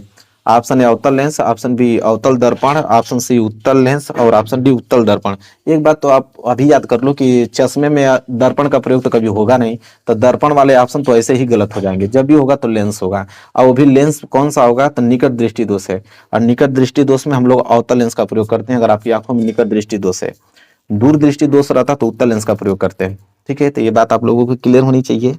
और चलिए आगे बढ़ते हैं, प्रश्न नंबर 46। और प्रश्न नंबर 46 मेरे प्यारा बच्चों ये है कि जो चुंबकीय बल रेखाएं होती हैं वो सदैव समांतर होती हैं, कि एक बिंदु पर मिलती हैं, कि ऑप्शन सी एक दूसरे को कभी नहीं काटती हैं, कि ऑप्शन डी परस्पर काटती हैं। देखिए मैं आपको बताता हूँ, चुंबकीय बल रेखाएं, एक छोटा सा चुंबक ले लेता हूँ, और इसमें से जो चुंबकीय बल रेखाएं निकलती हैं वो यहाँ से यहाँ आती हैं, फिर यहाँ से नीचे से ऊपर जाएंगी, फिर नीचे से ऊपर जाएंगी, यहाँ मतलब एक दूसरे को कभी काटती नहीं है, ठीक है। तो ऑप्शन सी मारोगे कि ऑप्शन सी जो है एक दूसरे को कभी नहीं काटती हैं चुंबकीय बल रेखाएं। तो यह प्रश्न हाईलाइटेड प्रश्न है और बहुत इंपॉर्टेंट है, इसको याद रखना, भूलना मत, ठीक है। और आगे अगर हम बात करते हैं तो यह प्रश्न बहुत ज्यादा इंपॉर्टेंट है, इसमें तो सारे बच्चे फंस जाते हैं, और इससे ही आप लोगों को बेहतर अंक लाना है इन प्रश्नों पर फोकस करके, ठीक है। और ध्यान से पढ़ना। कह रहा है कि यदि फाई बराबर चुंबकीय फ्लक्स, मतलब चुंबकीय फ्लक्स को फाई से डिनोट करता है, बी बराबर चुंबकीय क्षेत्र की तीव्रता, चुंबकीय क्षेत्र की जो तीव्रता है उसको हम बी से डिनोट करते हैं, और अनुप्रस्थ परिच्छेद का जो क्षेत्रफल है उसको हम ए से डिनोट करते हैं, तो इनके बीच सही संबंध कौन सा होगा, ठीक है। बताइए बी बराबर 5/a, कि 5 बराबर b बटे ए, कि a बराबर b इंटू 5, कि b बराबर 5 इंटू ए। बताइए कौन सा फार्मूला बनता है। देखिए इसका जो मेन फार्मूला होता है वो मेन फार्मूला होता है 5 बराबर b इंटू ए, ये मेन फार्मूला होता है। और इसी से देखिए अगर हम यहाँ b निकालें तो b बराबर क्या हो जाएगा 5/a, मतलब ऑप्शन ए। देखिए अगर इससे अगर वैल्यू निकालें b बराबर, तो b बराबर क्या निकलेगा 5/a। तो कभी कभी ये डायरेक्ट यह फार्मूला दे देता है, और कभी कभी देखिए इसी को कन्वर्ट करके इसमें दे दिया है, मेन फार्मूला यह है, और इससे निकाल के आप लोगों को ऑप्शन बना दिया है, ठीक है। चलिए ये भी प्रश्न क्लियर हो गया होगा। 47 और 48 की तरफ बढ़ते हैं, चलिए उसको देखते हैं। देखिए मेरे प्यारे बच्चों 48 जो प्रश्न है वो है कि शुद्ध जल का पीएच मान होता है। पहली बात तो आप ये याद रखिए कि शुद्ध जल का जो पीएच मान होता है, शुद्ध जल का, देखिए शुद्ध जल जो होता है उदासीन होता है, ना अम्ल होता है ना क्षार होता है। तो शुद्ध जल उदासीन है तो उदासीन का पीएच मान कितना होता है? 7 होता है। सिंपल जवाब दोगे तो देखिए इस प्रश्न को तो आप बिना पढ़े ऐसे ही आप डायरेक्ट ऑप्शन चूज कर सकते हो, ठीक है, रटे होने चाहिए इस प्रश्न को। तो शुद्ध जल का पीएच मान कितना होता है? 7, क्योंकि उदासीन होता है, उसमें कोई स्वाद ही नहीं होता है, ठीक है।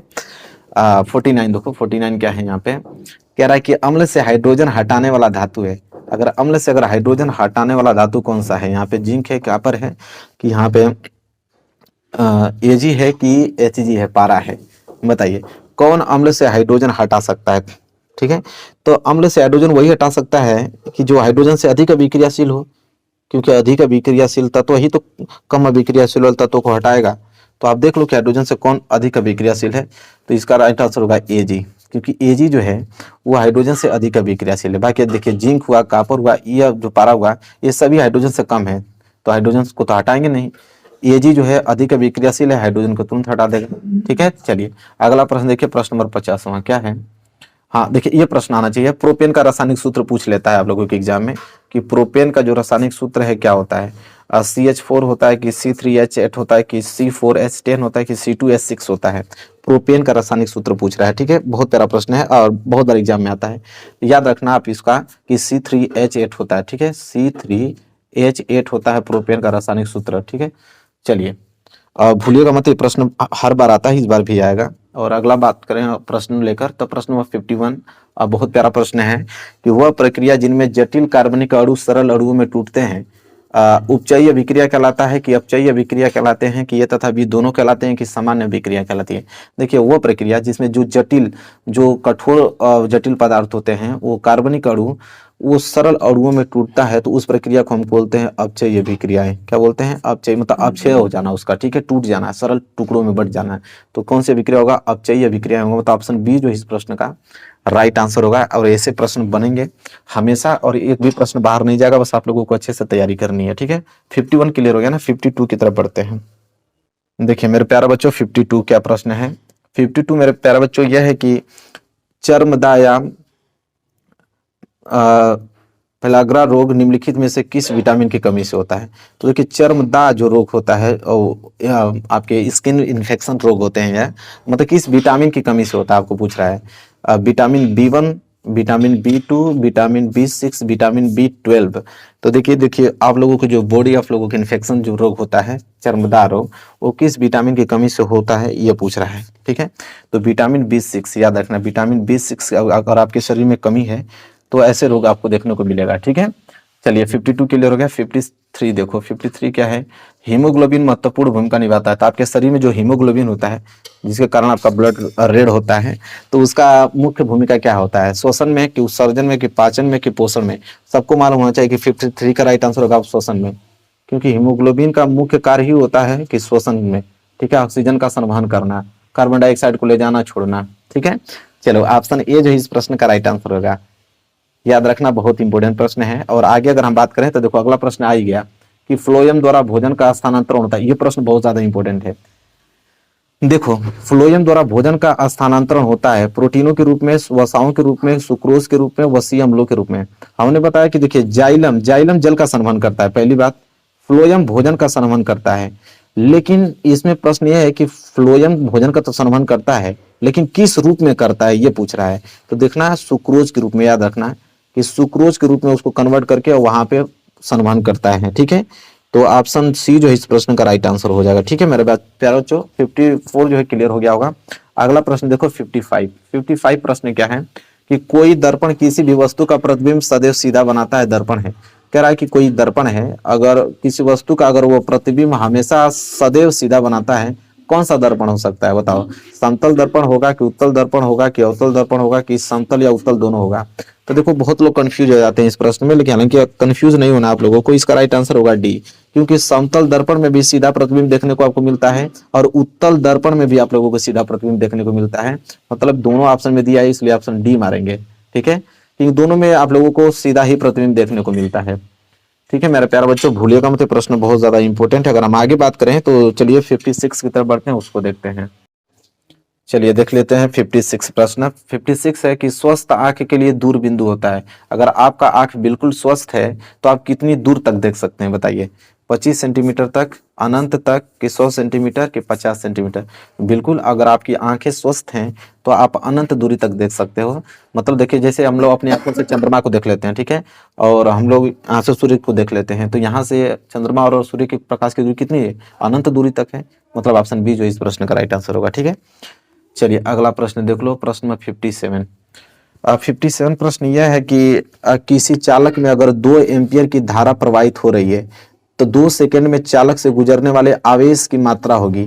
तो देखिए यहाँ पे 2 एम्पियर, ठीक है, मतलब आई का वैल्यू दिया है 2 एम्पियर और टी समय दिया है आपको 2 सेकेंड, और पूछ रहा है कि कितना आवेश प्रवाहित होगा क्यू। तो क्यू बराबर फार्मूला होता है एन ई, एक होता है क्यू बराबर आई इंटू टी।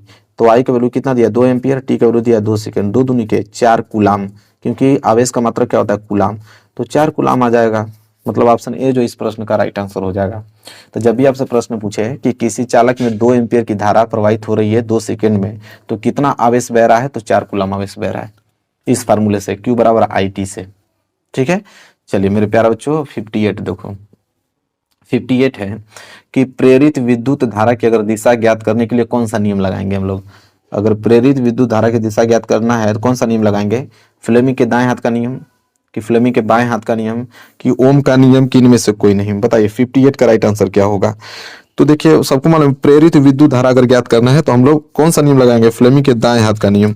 और फ्लेमिंग के दाएं हाथ के नियम से हम लोग यहाँ पे प्रेरित विद्युत धारा ज्ञात कर सकते हैं, उसकी दिशा को। ठीक है, चलिए तो मतलब ऑप्शन ए जो इस प्रश्न का राइट आंसर हो जाएगा। ठीक है, 59 देखिए, 59 क्या है? 59 ये है मेरे प्यारे बच्चों कि निम्नलिखित में अम्लीय लवण कौन सा है? अब अम्लीय लवण हमको देखना है, KCN, NaHSO4, कि NaCl, कि Na2SO4। देखिए बहुत प्यारा प्रश्न है 59। आपको बताइए क्या होगा राइट आंसर? अम्लीय लवण पूछ रहा है ना, तो अम्लीय लवण हो जाएगा NaHSO4। ठीक है, NaHSO4 हो जाएगा। ठीक है, सोडियम हाइड्रोजन सल्फेट। ठीक है, NaHSO4। प्रश्न बहुत ज्यादा इंपॉर्टेंट है, ये सारे प्रश्न बनेंगे, मतलब इतना ही प्रश्न की प्रैक्टिस आपको बार बार करनी है जितना इस वीडियो में आपको बताया जा रहा है।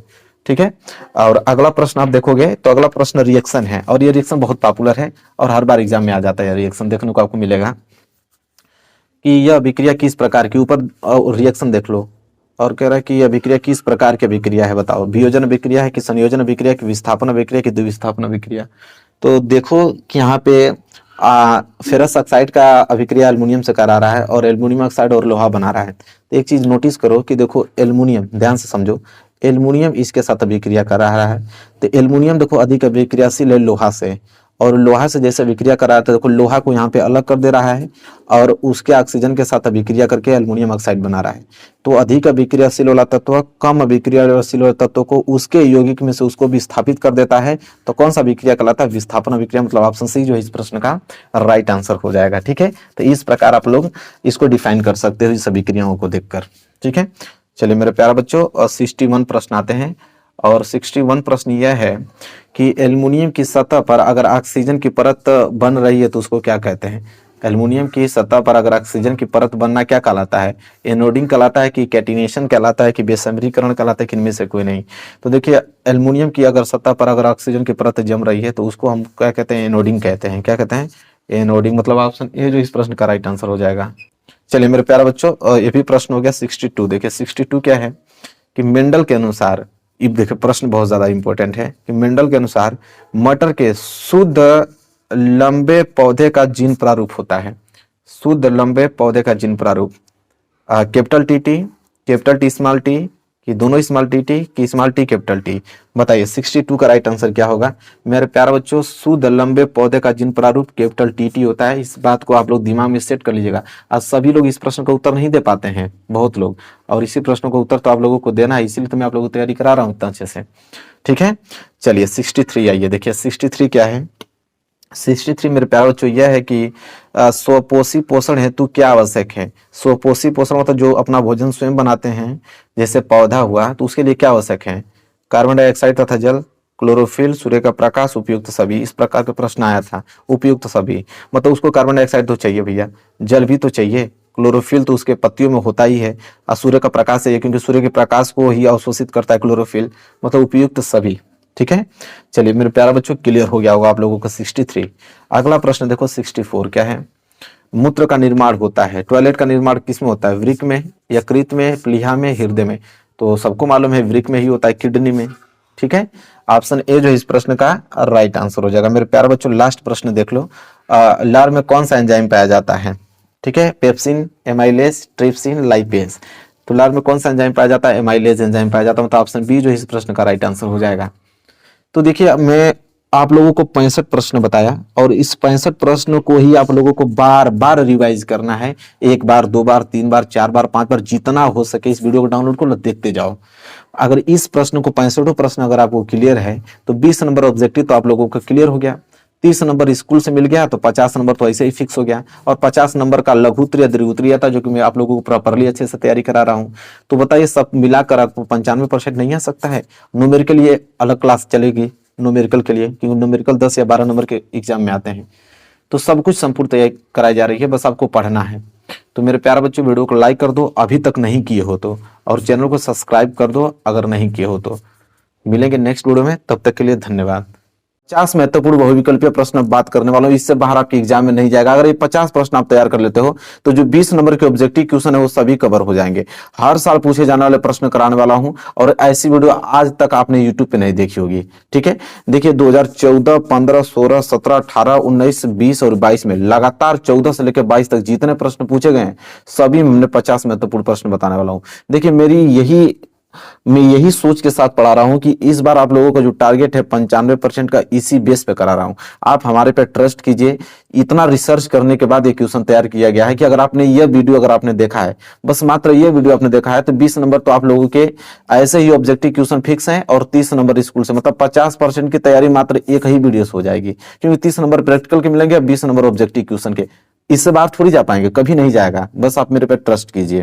तो वीडियो को लाइक कर दो, चैनल पे नए तो चैनल को सब्सक्राइब कर दो। डेली वीडियोस आती है हमारे चैनल पे और इस बार टारगेट जो है 100% अचीव करा के रहूंगा, ये मेरा वादा है आप लोगों से।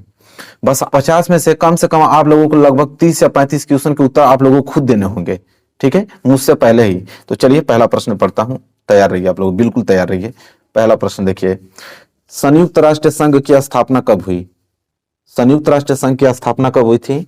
और ऑप्शन में पढ़ता हूं, ऑप्शन ए जो है वो है 1945 में, ऑप्शन बी है 1920 में, ऑप्शन सी है 1942 में और ऑप्शन डी जो है 1947 में।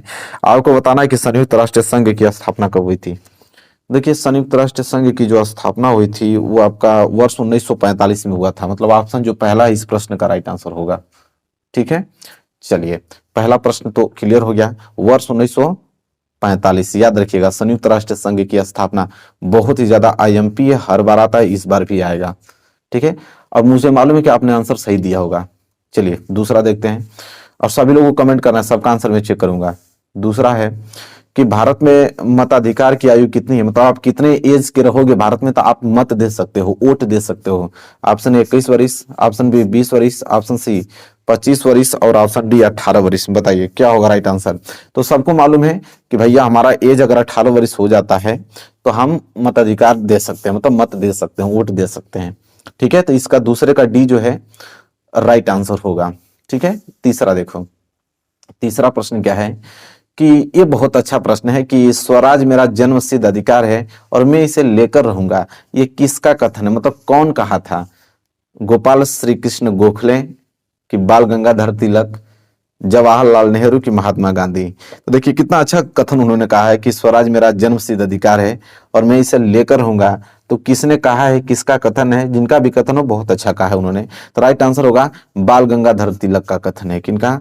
बाल गंगाधर तिलक का है। बहुत अच्छा उन्होंने कहा। चलिए बहुत इंपॉर्टेंट प्रश्न है, तो हमको तो नहीं लगता है कि भूलेंगे आप, अब भूलना भी नहीं चाहिए क्योंकि इस बार हम लोगों को बहुत अच्छा मार्क्स लाना है। चलिए अगला प्रश्न देते हैं, प्रश्न नंबर 4। देखिए मेरे प्यारे बच्चों, प्रश्न नंबर 4 का आंसर दीजिए आप लोग कि प्रथम विश्व युद्ध का प्रारंभ कब हुआ था? ठीक है, प्रथम विश्व युद्ध जो हुआ था उसका प्रारंभ कब हुआ था? वर्ष 1914 में, वर्ष 1939 में, वर्ष 1919 में, वर्ष 1942 में। बताइए प्रथम विश्व युद्ध का जो प्रारंभ हुआ था वो किस सन में हुआ था? बहुत प्यारा प्रश्न है। तो इसका जो राइट आंसर होगा मेरे प्यारे विद्यार्थियों, वर्ष 1914 में, मतलब ऑप्शन ये जो है इस क्वेश्चन का राइट आंसर हो जाएगा। ठीक है, प्रथम विश्व युद्ध तो 1914 में ही प्रारंभ हुआ था, सबको मालूम है।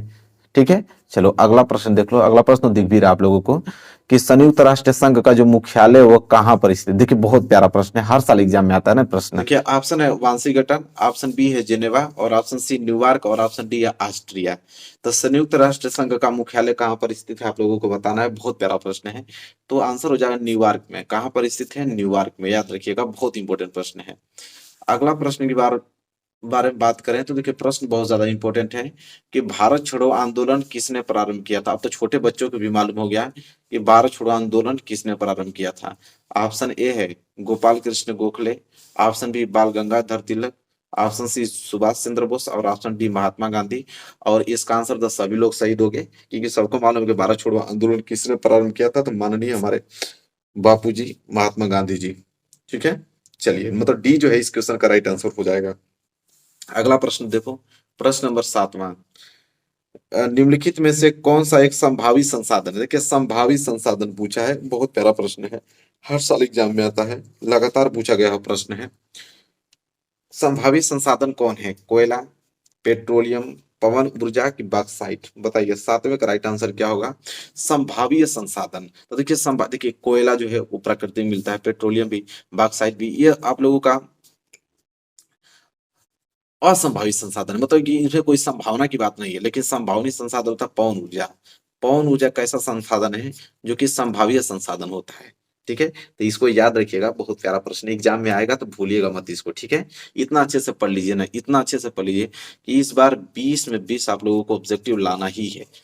इसी वीडियो से आप लोगों को आ जाएगा, मैं श्योर हूँ, इस बात की गारंटी मैं देता हूँ कि इसी वीडियो से आ जाएगा आप लोगों को। ऐसे ऐसे प्रश्न ही लेकर ही मैं आया हूँ, इस पर रिसर्च करके आया हूँ कि मतलब इससे बाहर नहीं जाएगा। ठीक है, अगला प्रश्न देखिए, प्रश्न नंबर 8वां, मुंबई हाई प्रसिद्ध है। देखिए मुंबई हाई जो है प्रसिद्ध है किसके लिए? पेट्रोलियम के लिए, तांबा के लिए, कि सौर ऊर्जा के लिए, कि कोयले के लिए। देखिए ये भी प्रश्न जो है बहुत प्यारा प्रश्न है, लगातार ये प्रश्न पूछा जाता है एग्जाम में कि मुंबई हाई प्रसिद्ध है। तो देखिए मुंबई है तो सिंपल है, पेट्रोलियम के लिए प्रसिद्ध है। किसके लिए? पेट्रोलियम के लिए, मतलब ऑप्शन जो ए है इस क्वेश्चन का राइट आंसर हो जाएगा। ठीक है मेरे प्यारे बच्चों, बढ़ेंगे इसी के साथ अगले प्रश्न की तरफ। और देखिए हम प्रश्न नंबर 9 देखते हैं, और उसका उत्तर देने के लिए बिल्कुल आप तैयार रहिए। चलिए देखिए मेरे प्यारे बच्चों, प्रश्न नंबर 9 आपके सामने है, मैं पढ़ता हूँ प्रश्न, आप लोग बताइए। निम्नलिखित में से कौन सी फसल जो है मोटे अनाज के अंतर्गत आती है। अब आपको बताना है कि मोटे अनाज के अंतर्गत कौन सी फसल आती है। चना आता है, कि मूंगफली आता है, कि ज्वार आता है, कि मूंग आता है। बताइए क्या होगा राइट आंसर चारों में से। देखिए कौन सा फसल है जो मोटे अनाज के अंतर्गत आता है ना। ये जो ज्वार आपका है, आप जानते भी हो कि ज्वार जो होता है वो मोटे अनाज के अंतर्गत आता है, मतलब ऑप्शन सी जो है इस क्वेश्चन का राइट आंसर हो जाएगा। ठीक है, जितने लोगों ने ऑप्शन सी दिया है बिल्कुल उनका आंसर सही है, 100% सही है। ठीक है, अब प्रश्न नंबर 10वां आप देख लो कि क्या है। बहुत प्यारा प्रश्न है, थोड़ा सोच समझ के जवाब दीजिएगा, थोड़ा तर्क वितर्क लगा लीजिएगा, क्योंकि प्रश्न बहुत ज्यादा इंपॉर्टेंट है। कह रहा है कि सामान्यतः किसी देश का विकास निम्नलिखित में से किस आधार पर निर्धारित किया जा सकता है। देखिए बहुत प्यारा प्रश्न है, सोचने लायक प्रश्न है कि किसी भी देश का अगर विकास की हम बात करें तो वह विकास किस आधार पर निर्धारित किया जा सकता है। ऑप्शन है प्रति व्यक्ति आय के, ऑप्शन बी औसत साक्षरता स्तर पे, और ऑप्शन सी लोगों की स्वास्थ्य स्थिति, और ऑप्शन डी ए सभी। ठीक है, और थोड़ा सा आप दिमाग लगाएंगे तो इसका आंसर आप दे सकते हो। ठीक है, लॉजिकल क्वेश्चन है, इसका राइट आंसर होगा डी, क्योंकि कोई भी देश है उसका विकास प्रति व्यक्ति आय पर तो डिपेंड करेगा ही, उसका साक्षरता स्तर कितना ये भी, लोगों को स्वास्थ्य की प्रति स्थिति क्या है वो भी, मतलब ये तीनों कंडीशन डिनोट करता है किसी भी देश के विकास को निर्धारित करने के लिए, मतलब ये सभी जो है इस प्रश्न का राइट आंसर हो जाएगा। ठीक है, और बहुत सारे बच्चे ने सही आंसर दिया भी होगा मुझे मालूम है। चलिए देख लीजिए प्रश्न नंबर 11, बहुत प्यारा प्रश्न आपके सामने आ गया है कि निम्नलिखित में से किस आधार पर। देखिए ये भी उसी लायक प्रश्न है, बहुत यही दोनों प्रश्न सबसे तो ज्यादा एग्जाम में आते हैं। कह रहा है कि किस आधार पर, अब बच्चे छोड़ के चले आते हैं क्योंकि उनको कंसेप्ट क्लियर नहीं रहता है। किस आधार पर आपको बताना है कि जो सार्वजनिक और निजी क्षेत्र विभाजित है, मतलब किस आधार पे हम सार्वजनिक और निजी क्षेत्र को विभाजित करते हैं। ऑप्शन ए रोजगार की शर्तें, ऑप्शन बी आर्थिक गतिविधि के स्वभाव, ऑप्शन सी उद्यमों के स्वामित्व और ऑप्शन डी उद्यमों में नियोजित श्रमिकों की संख्या। तो इस तरह के प्रश्नों को ज्यादातर फोकस आपको करना है कि किस आधार पर सार्वजनिक और निजी क्षेत्र विभाजित होते हैं। तो ऑप्शन सी उद्यमों के स्वामित्व पर हम लोग इसको विभाजित करते हैं। तो देखिए इन्हीं प्रश्नों पे ज्यादा फोकस करना है और प्रश्न सभी लोग याद करेंगे। ठीक है, इस तरह के प्रश्न कोई याद नहीं करता, एग्जाम में आता है वही 2 3 4 नंबर 5 में छूट जाएगा आप लोगों का। और इसी प्रश्न को मतलब इन्हीं प्रश्नों को करके हम लोग औरों से अच्छे नंबर लाएंगे, क्योंकि ये प्रश्न सभी लोग छोड़ देंगे, आप लोग करके आओगे। ठीक है, चलो प्रश्न नंबर 12 देखते हैं। देखो 12 प्रश्न आ गया है और यह प्रश्न का आंसर आपको मालूम होना चाहिए। अगर समाज विज्ञान आप पढ़ते हो, थोड़ा भी पढ़ते हो, तो आना चाहिए आप लोगों को कि फ्रांस की क्रांति कब हुई थी। तो अब फ्रांस की क्रांति का डेट ही तो मालूम होना चाहिए आप लोगों को कि फ्रांस की क्रांति कब हुई थी। मैं पढ़ता हूँ 1688 में हुआ था कि 1789 में कि 1914 में कि 1939 में। अगर आप एग्जाम देने वाले हो तो ये प्रश्न तो रट गए होंगे कि फ्रांस की क्रांति 1789 ईस्वी में हुआ था। Option B. ऐसे ऐसे प्रश्न आएंगे, बताओ एक भी प्रश्न छोड़ोगे आप लोग, कभी नहीं छोड़ पाओगे। ठीक है, बस प्रैक्टिस करके इन प्रश्नों की जानी है आपको बार बार। देख लीजिए 13वां प्रश्न क्या है। अब आपको टीचर डे तो सबको मालूम होना चाहिए कि भारत में जो टीचर डे मतलब शिक्षक दिवस मनाया जाता है वो किस डेट को मनाया जाता है। ये डेट तो प्रख्यात है भैया, इसको तो मालूम होना चाहिए। 10 दिसंबर को, 10 नवंबर को, 5 सितंबर को, 15 अगस्त को। और सारे बच्चे का आंसर आना चाहिए, क्योंकि टीचर डे अगर आपने भूल गया तो अब ये मालूम क्या रहेगा आप लोगों को। सबको मालूम है कि 5 सितंबर को टीचर डे मनाया जाता है। ठीक है, चलिए देख लीजिए प्रश्न नंबर 14 क्या कहता है कि भारत में जो है राष्ट्रपिता कहकर किसे संबोधित किया जाता है। अब ये भी प्रश्न पूछने लायक है कि राष्ट्रपिता कहकर हम किसको कहते हैं। महात्मा गांधी, जवाहरलाल नेहरू, सुभाष चंद्र बोस, गोपाल कृष्ण गोखले। तो ऑप्शन पढ़ने की जरूरत नहीं पड़ेगी और इसका आंसर आप दे दोगे कि राष्ट्रपिता हमारे महात्मा गांधी जी को कहा जाता है। ठीक है, तो ऐसे ऐसे प्रश्न बनेंगे एग्जाम में, समझ लिया। आप बनते आ रहे हैं, आपने देखा कि 2014 से लगातार ये सारे प्रश्न पूछे जा रहे हैं। इन्हीं प्रश्नों की प्रैक्टिस करना। इस बार तो हम लोगों को 20 नंबर का ऑब्जेक्टिव पूछा गया। ठीक है, एक भी प्रश्न बचेगा थोड़ी, हम लोग 20 लेके आएंगे। ठीक है, चलो देखो अगला प्रश्न क्या है। 15 भारतीय राष्ट्रीय कांग्रेस की स्थापना कब हुई। बहुत प्यारा प्रश्न है कि जो भारतीय राष्ट्रीय कांग्रेस की स्थापना हुई थी कब हुआ था। 1885 में, 1904 में, 1857 में, 1855 में। तो देखिए जो भारतीय राष्ट्रीय कांग्रेस की स्थापना कब हुई थी, तो स्थापना वाले प्रश्न भी आपको मालूम होना चाहिए और यही ज्यादातर पूछता है कि भारतीय राष्ट्रीय कांग्रेस की स्थापना। तो आप सिंपल जवाब दे दोगे उन लोगों को कि 1885 में हुआ था स्थापना। ठीक है, चलिए अगला देख लो। अगला प्रश्न क्या है कि ये भी प्रश्न तो आपको नॉर्मल ही आना चाहिए भैया कि जो हमारे लिखित संविधान था वो भारत में कब लागू किया गया। तब सबको मालूम होना चाहिए कि लिखित संविधान भारत में कब लागू हुआ।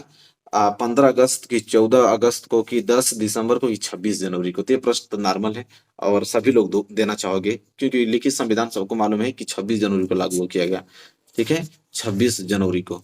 ठीक है, चलिए प्रश्न 16 भी क्लियर हो गया ना। प्रश्न नंबर 17 देखते हैं। आइए देखिए प्रश्न नंबर 17 क्या है। प्रश्न नंबर 17 मेरे प्यारे विद्यार्थियों यह है कि निम्न में से कौन सी रोपण की फसल है। अब रोपण फसल बताना है कि रोपण फसल कौन सी है। और ये भी आपको मालूम होगा, गेहूं होगा कि चना होगा कि गन्ना होगा कि मूंगफली। तो किसको रोपते हैं, रोप का मतलब कि रोपण फसल किसको कहते हैं। ठीक है, चलिए 4 ऑप्शन दिया हुआ, बताइए रोपण फसल किसको कहते हैं। ठीक है, तो देखिए रोपण फसल यहाँ पे आपका गन्ना है। ठीक है, गन्ना जो है, गन्ना को हम लोग रोपण फसल के अंतर्गत गिनते हैं। तो रोपण फसल कौन है, गन्ना है। इस बात को आप याद रखिएगा, समझ लीजिए। ठीक है, प्रश्न इंपॉर्टेंट है, बचना नहीं चाहिए एग्जाम में। बस कहने का मतलब ये चीज है कि एग्जाम में अगर ये प्रश्न आते हैं, आपसे मुलाकात होती है एग्जाम में, तो आप इसका केस रफा दफा कर दीजिए वही। चलिए क्वेश्चन नंबर 18, निम्न में से कौन सा संसाधन पुनः चक्रीय है।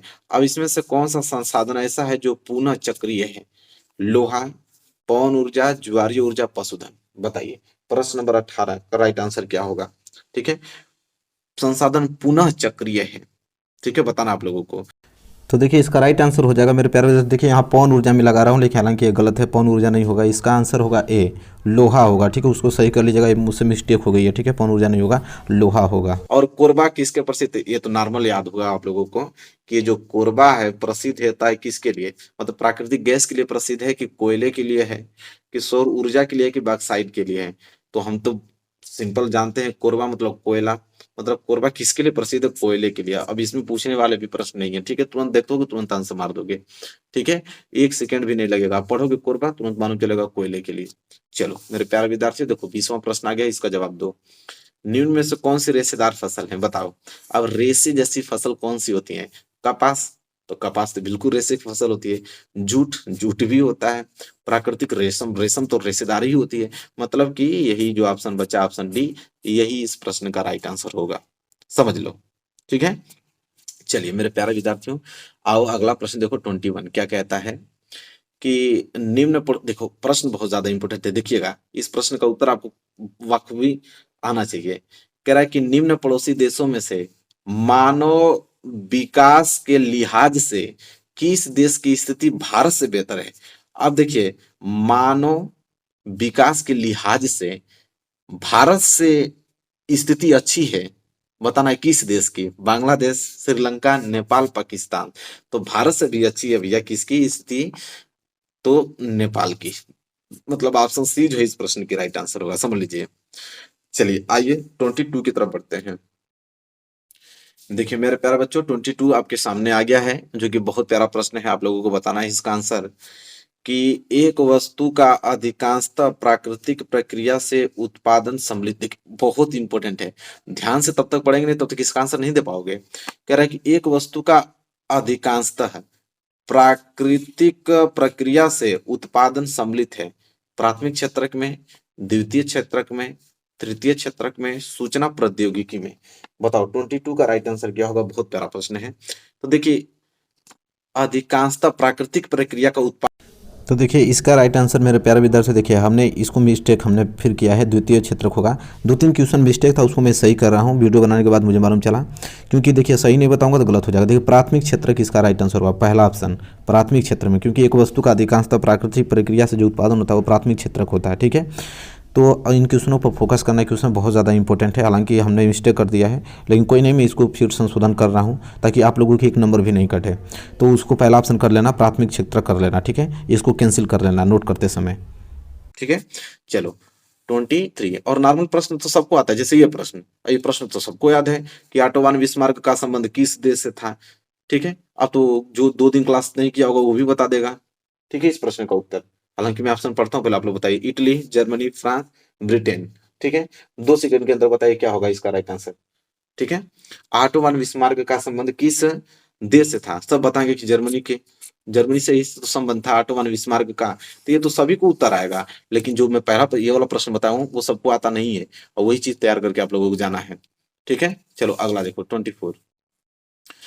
हाँ देखिए, ये भी प्रश्न बहुत अच्छा प्रश्न है। देखिए ये भी प्रश्न आप लोगों को स्टार है, मतलब आपको स्टार पॉइंट और अच्छे नंबर आपको दिलाएंगे कि निम्नलिखित में से किसे 1871 ईस्वी में जर्मनी का प्रथम सम्राट घोषित किया गया? देख रहे हैं ना कितना अच्छा प्रश्न है। ऑप्शन है विलियम प्रथम को, ऑप्शन बी विलियम द्वितीय को, ऑप्शन सी फ्रेडरिक विल्हेम प्रथम को, और ऑप्शन डी जो है फ्रेडरिक विल्हेम चतुर्थ को। बहुत प्यारा प्रश्न है। तो 1871 ईस्वी में जर्मनी का प्रथम सम्राट घोषित किया गया, तो आपके थे विलियम प्रथम। कौन थे? विलियम प्रथम थे। ठीक है, तो देखिए इस प्रकार के प्रश्न इंपॉर्टेंट होते हैं जो कि आपको फोकस करने हैं। ठीक है, और ये भी प्रश्न इंपॉर्टेंट है, अगर इस पे हम बात करें तो डबल स्टार मिलना ही चाहिए इस प्रश्न को कि 1789 में फ्रांस किस प्रकार का राज्य था? तो ये भी प्रश्न का उत्तर बहुत लोग नहीं दे पाएंगे कि 1789 में फ्रांस किस प्रकार का राज्य था। असीमित राजतंत्र था कि सीमित राजतंत्र था कि प्रजातंत्र था, गणतंत्र था? जो अच्छे से बच्चे पढ़ा होगा वही इस प्रश्न का उत्तर दे पाएगा। तो देखिए 1789 में फ्रांस किस प्रकार का राज्य था? तो असीमित राजतंत्र था। कैसा? असीमित राजतंत्र। इन्हीं प्रश्नों की बार बार प्रैक्टिस आपको करनी है। नॉर्मल प्रश्न तो वैसे भी आपको याद है, ऐसे ही प्रश्नों को फोकस करना है, और यही प्रश्न लगातार आ रहे हैं एग्जाम में। ठीक है, जो कि आदमी छोड़ के चलाता है, जो भी जिनको आंसर नहीं मालूम होता है। ठीक है, चलिए 26 की तरफ बढ़ते हैं।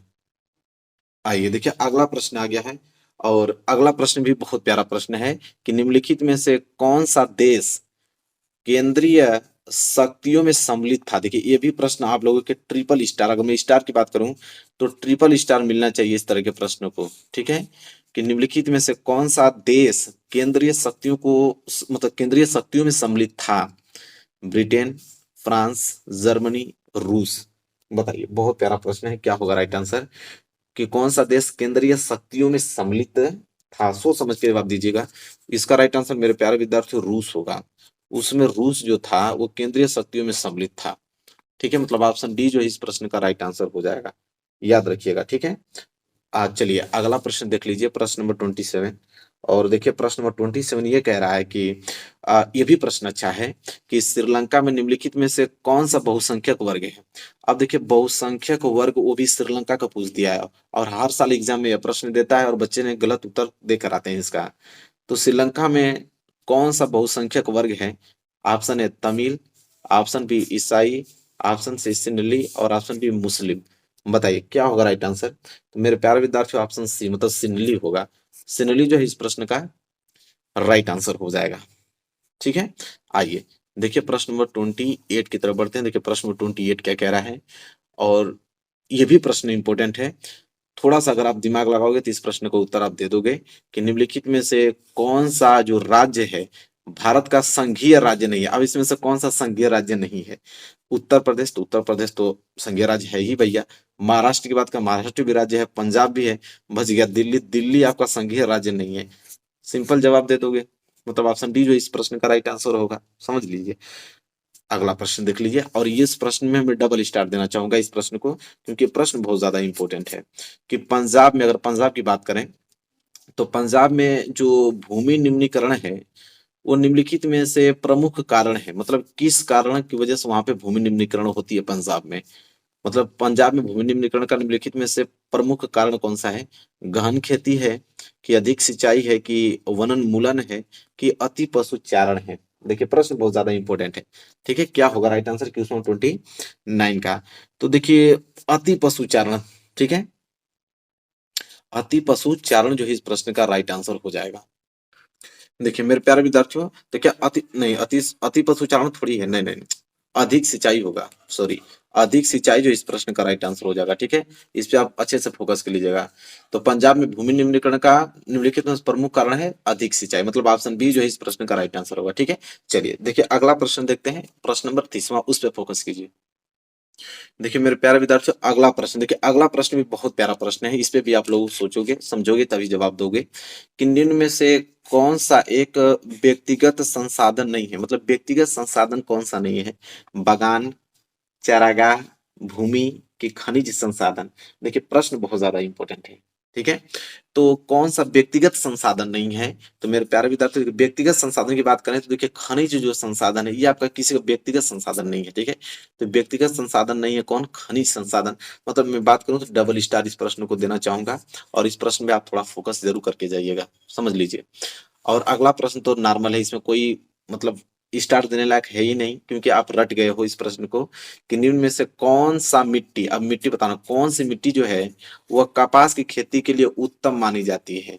कपास की खेती के लिए कौन सी मिट्टी उत्तम मानी जाती है। जलोढ़ मिट्टी, लाल मिट्टी, काली मिट्टी की लेटराइट मिट्टी। बताइए क्या होगा राइट आंसर। सब दोगे कि काली मिट्टी। ठीक है, काली मिट्टी कपास की खेती के लिए अच्छी मानी जाती है, मतलब सबको मालूम होना चाहिए इस प्रश्न का उत्तर। सभी दिए होंगे, मुझे विश्वास है, इस बात की कोई दिक्कत नहीं है आप लोगों को। अगला प्रश्न आप लोगों को थोड़ा सा फोकस करने लायक प्रश्न है कि जो हेमेटाइट है, ठीक है, तो हेमेटाइट का जो संबंध है वो किस खनिज से है, आपको ये बताना पड़ेगा। बताइए तांबा से है, कि बॉक्साइट से, कि सोना से, कि लौह अयस्क से। तो देखिए 32 बहुत प्यारा प्रश्न है, थोड़ा सा समझ चाहिए आप लोगों को। हेमेटाइट पूछा है, हेमेटाइट, तो हेमेटाइट लौह अयस्क से संबंधित होता है। और बहुत लोगों तो आंसर मालूम होगा, वो तुरंत आप लोग दे दिए होंगे कि हेमेटाइट का संबंध किस खनिज से है, लौह अयस्क से।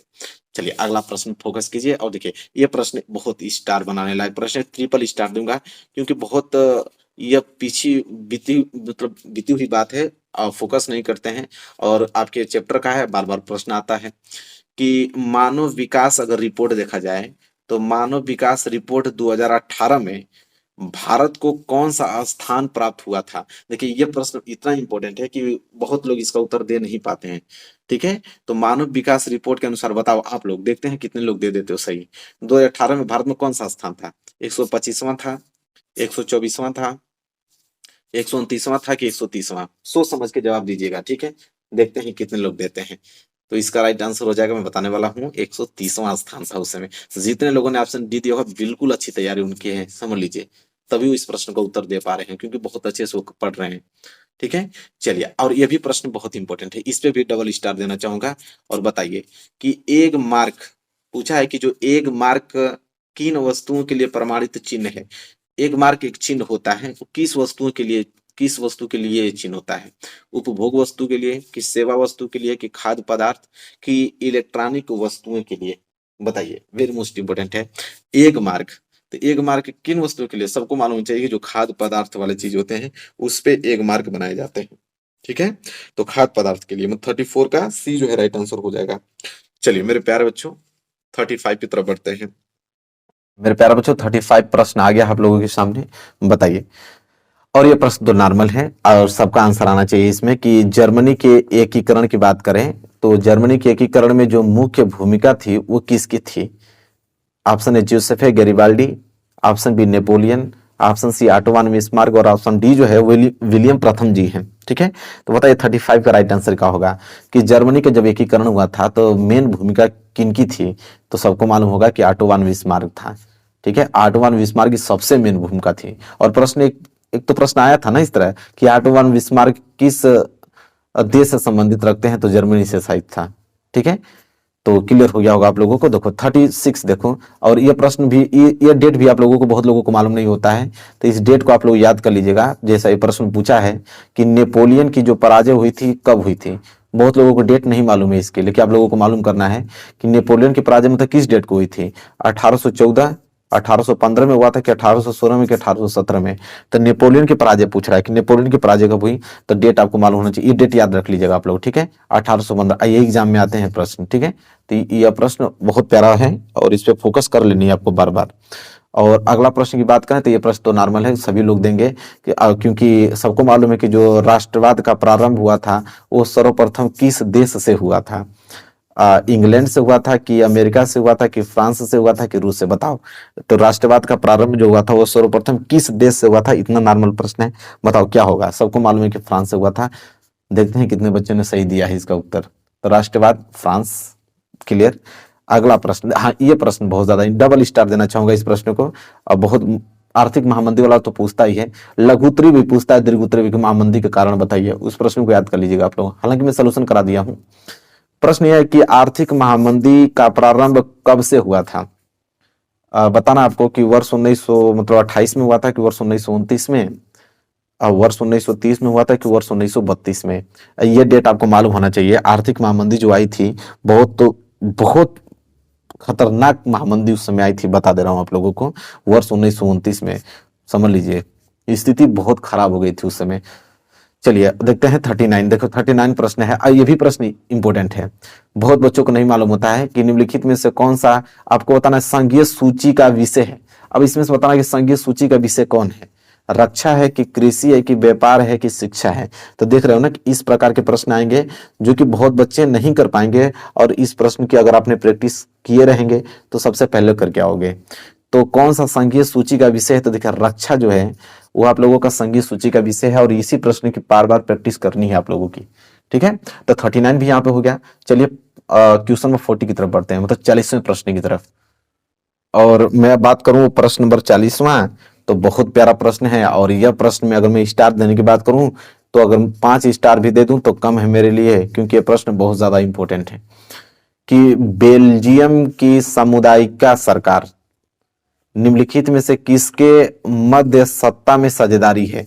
और इस प्रश्न को आप लोगों को रट जाना है, मतलब मैं आपसे रिक्वेस्ट करता हूं कि इस प्रश्न को रटना है आप लोगों को। बहुत सारे बच्चे, मतलब हमको लगता है कि 70% बच्चे तो आंसर ही नहीं दे पाएंगे, जो पढ़े होंगे, जो रेगुलर पढ़ते होंगे, जैसे आप लोग पढ़ते हो, प्रैक्टिस कराई जा रही है तो आप लोग दे दोगे। जो नहीं पढ़ता होगा नहीं दे पाएगा ना इसका। तो आपको बताना है कि बेल्जियम की सामुदायिकता सरकार में जो निम्नलिखित में से किसके मध्य सत्ता में साझेदारी है। ऑप्शन पढ़ता हूं, ऑप्शन ए विभिन्न सामाजिक समूहों के मध्य, ऑप्शन बी शासन के विभिन्न अंगों के मध्य, ऑप्शन सी केंद्र और राज्य सरकार के मध्य, और ऑप्शन डी राज्य सरकार और सामुदायिक सरकार के मध्य। तो 4 ऑप्शन दिया हुआ है, आपको कमेंट करके बताना है क्या होगा राइट आंसर। मैं बता देता हूं, पहला होगा, और इसको रटना है आप लोगों को, कि मतलब विभिन्न सामाजिक समूहों के, मतलब अलग अलग सामाजिक समूहों के मध्य हुआ था। तो मतलब आपको यह प्रश्न को मतलब बार बार प्रैक्टिस करनी है, इस प्रश्न पर फोकस करना है। अगला प्रश्न देखो और बताओ, यह भी प्रश्न इंपॉर्टेंट है कि मतलब किस प्रदेश में, आपको बताना है कि सीढ़ीदार खेती की जाती है, मतलब किस प्रदेश में? पंजाब में होता है कि हरियाणा में कि गुजरात में कि उत्तराखंड में, मतलब किस आपको बताना है प्रदेश में सीढ़ीदार खेती की जाती है। ठीक है, सीढ़ी नुमा खेती की जाती है। तो ऑप्शन बोलोगे उत्तराखंड में, क्योंकि उत्तराखंड में बहुत ज्यादा बारिश होती है तो वहां पर मिट्टी का क्षरण होने लगता है, इसलिए वहां पर सीढ़ीदारी खेती की जाती है। ठीक है, उससे मिट्टी का बहाव रुक जाता है, मतलब आपको भी मालूम होगा। ठीक है, चलिए अगला प्रश्न देखिए 42। पूछ रहा है कि निम्न में से किसको कृषि क्षेत्र कहते हैं। यह भी प्रश्न बहुत डबल स्टार देना चाहूंगा इसको, कि किसको हमें कृषि क्षेत्र कहते हैं बताना है। मतलब प्राथमिक क्षेत्र को कृषि क्षेत्र कहा जाता है, कि द्वितीय क्षेत्र को, कि तृतीय क्षेत्र को, कि चतुर्थ क्षेत्र को, मतलब किस क्षेत्र को हम लोग कृषि क्षेत्र कहते हैं। और यह प्रश्न बहुत ज्यादा इंपॉर्टेंट है, इसका भी उत्तर बहुत कम लोग ही दे पाएंगे। ठीक है, तो ऑप्शन में बताता हूं आप लोगों को, प्राथमिक क्षेत्रक। कौन सा?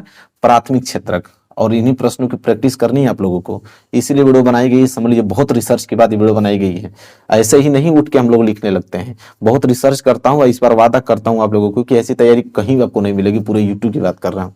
ठीक है, चलिए देखिए अगला 43 क्या है।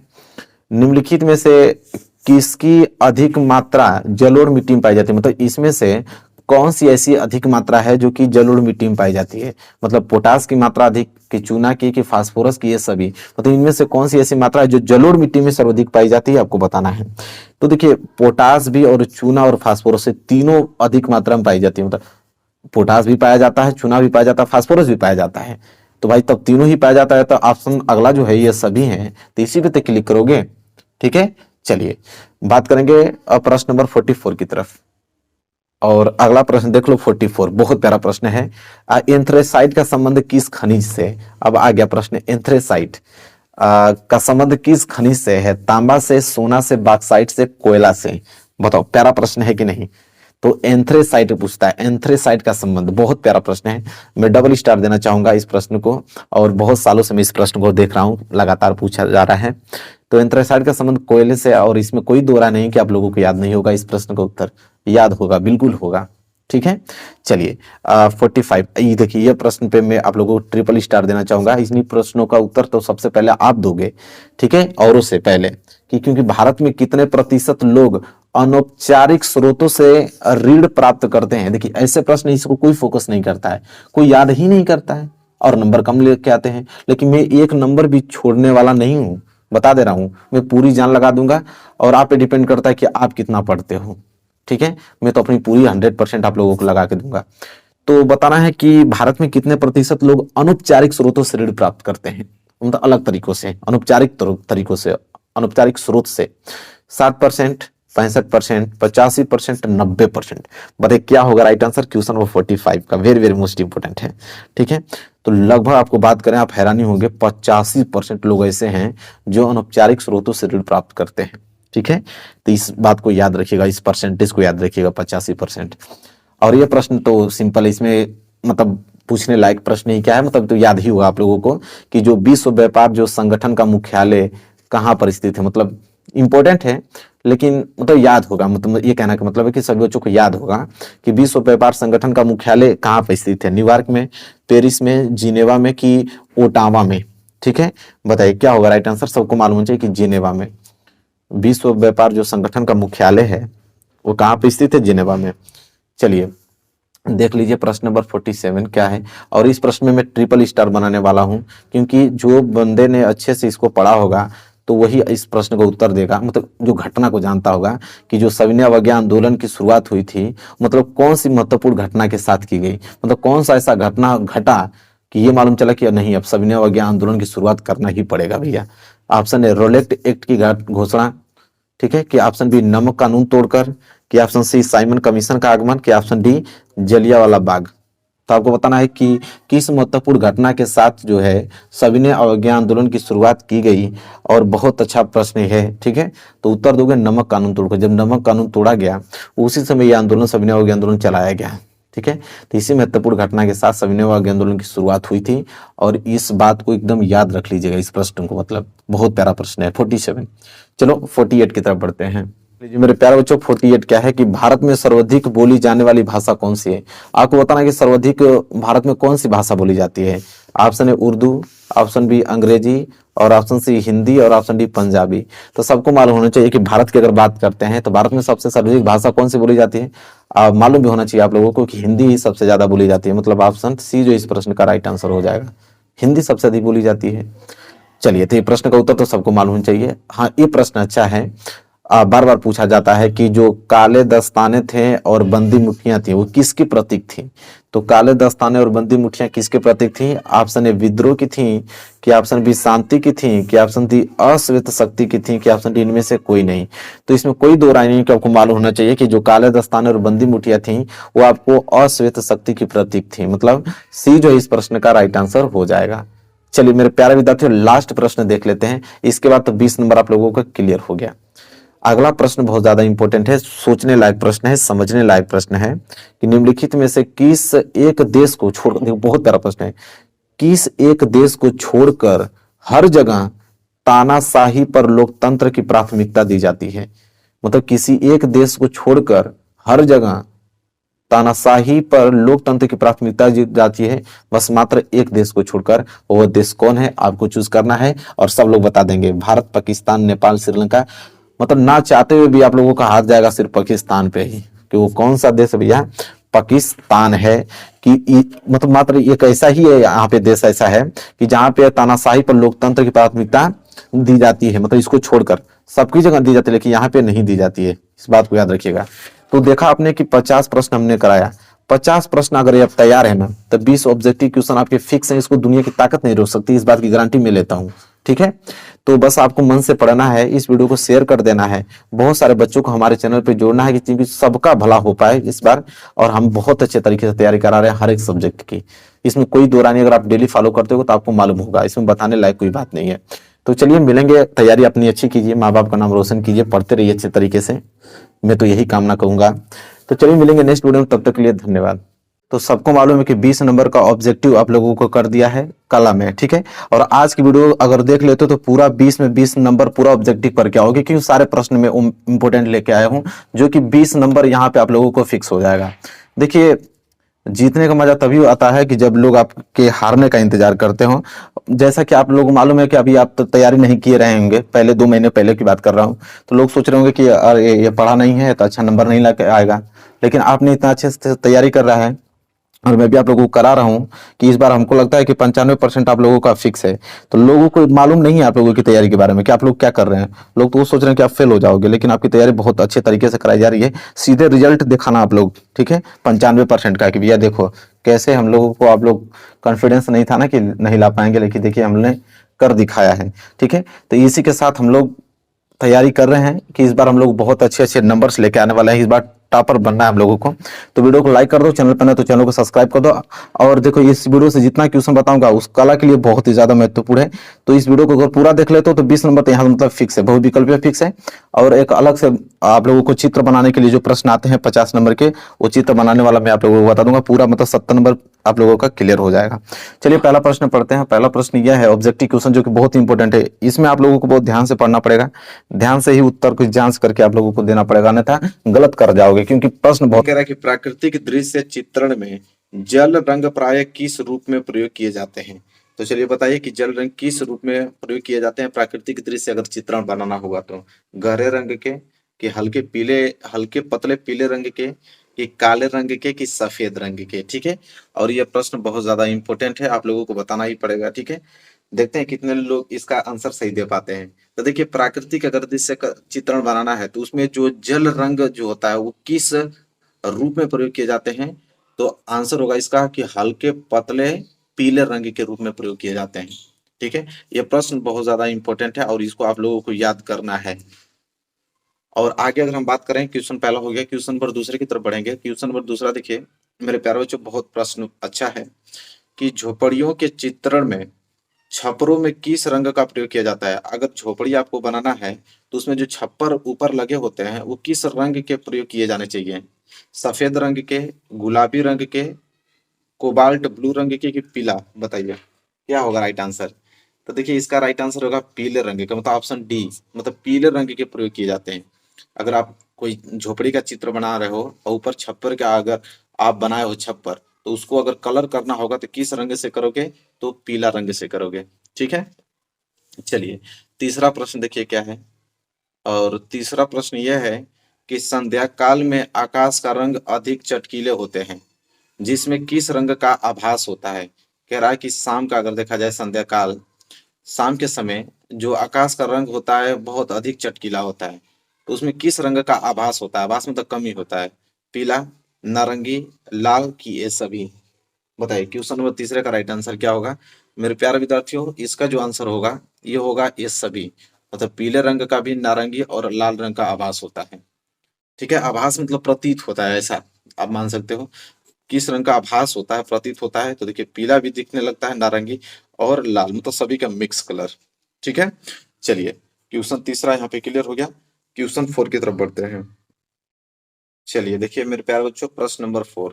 प्रश्न नंबर 4 क्या बोल रहा है कि शरद ऋतु, देखिए किसकी बात कर रहा है कि शरद ऋतु की रात का चित्रण करने में किसका प्रयोग किया जाता है?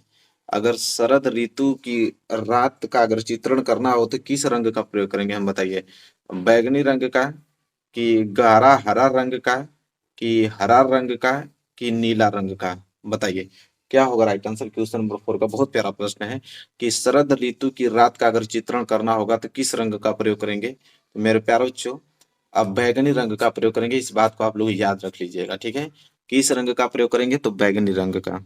ठीक है, और इसी के साथ आगे बढ़ेंगे। प्रश्न नंबर 5 जैसा देख पा रहे हो, कह रहा है कि बनावट के आधार पर आलेखन कला को कितने प्रकारों में बांटा गया है? बताइए। अगर हम बात करें बनावट के आधार पे, तो जो आलेखन कला को कितने प्रकारों में बांटा गया है? 2, 3, कि 4, कि 5? बताइए क्या होगा राइट आंसर क्वेश्चन नंबर 5 का। बनावट के आधार पर आलेखन कला को कितने प्रकारों में बांटा गया है मेरे प्यारे बच्चों? 4 प्रकारों में बांटा गया है। कितने?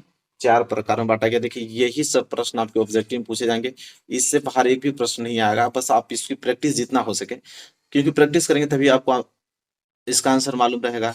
ठीक है, नहीं तो मेरे बताने के बावजूद भी अगर आंसर नहीं मालूम रहेगा आप लोगों को, तो एग्जाम में नहीं कर पाओगे। तो प्रैक्टिस जितनी हो सके उतनी प्रैक्टिस आप करते रहिए इन प्रश्नों की। ठीक है, चलिए प्रश्न नंबर 6। सूक्ष्म आलेखन की रचना किस प्रकार के आलेखनों के मिश्रण से होती है? अगर हमें सूक्ष्म आलेखन की रचना करना है तो बताइए कि किस आलेखनों के मिश्रण से यह होती है? प्राकृतिक, अलंकारिक, ज्यामितीय, कि ये सभी?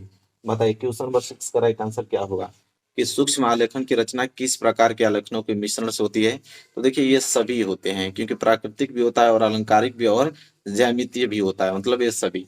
ऑप्शन डी जो है इस प्रश्न का राइट आंसर हो जाएगा क्वेश्चन नंबर 6 के लिए। ठीक है, चलिए मेरे प्यारे बच्चों ये भी प्रश्न हो गया, और आगे बढ़ते हैं। प्रश्न नंबर 7वां देखते हैं। देखिए प्रश्न नंबर 7वां यह है कि जर्मन वैज्ञानिक थे आस्टवाल्ड। ठीक है, जर्मन वैज्ञानिक आस्टवाल्ड के अनुसार आदर्श रंग चक्र में कितने रंगों को समायोजित किया जाता है? उन्होंने बता जो जर्मन वैज्ञानिक थे आस्टवाल्ड, उन्होंने कहा कि उन्होंने बताया है कि आदर्श रंग चक्र में कितने रंगों का समावेश होता है? ठीक है, 5, 6, 8, कि 10? बताइए क्या होगा राइट आंसर मेरे प्यारे विद्यार्थियों? कितने रंगों का समायोजित किया जाता है? तो 8 रंगों को। ठीक है, कितने रंगों को? 8 रंगों को किया जाता है। मतलब प्रश्न 7वें का ये सी जो है राइट आंसर होगा। देखिए यह जो वैज्ञानिक थे जर्मन वैज्ञानिक आस्टवाल्ड, इनका कथन है यह बहुत ज्यादा इंपॉर्टेंट, उनके अनुसार ही बताया गया है। तो यह प्रश्न आपके एग्जाम में आने वाला है, तो इस प्रश्न को आप तैयार रखिए बिल्कुल।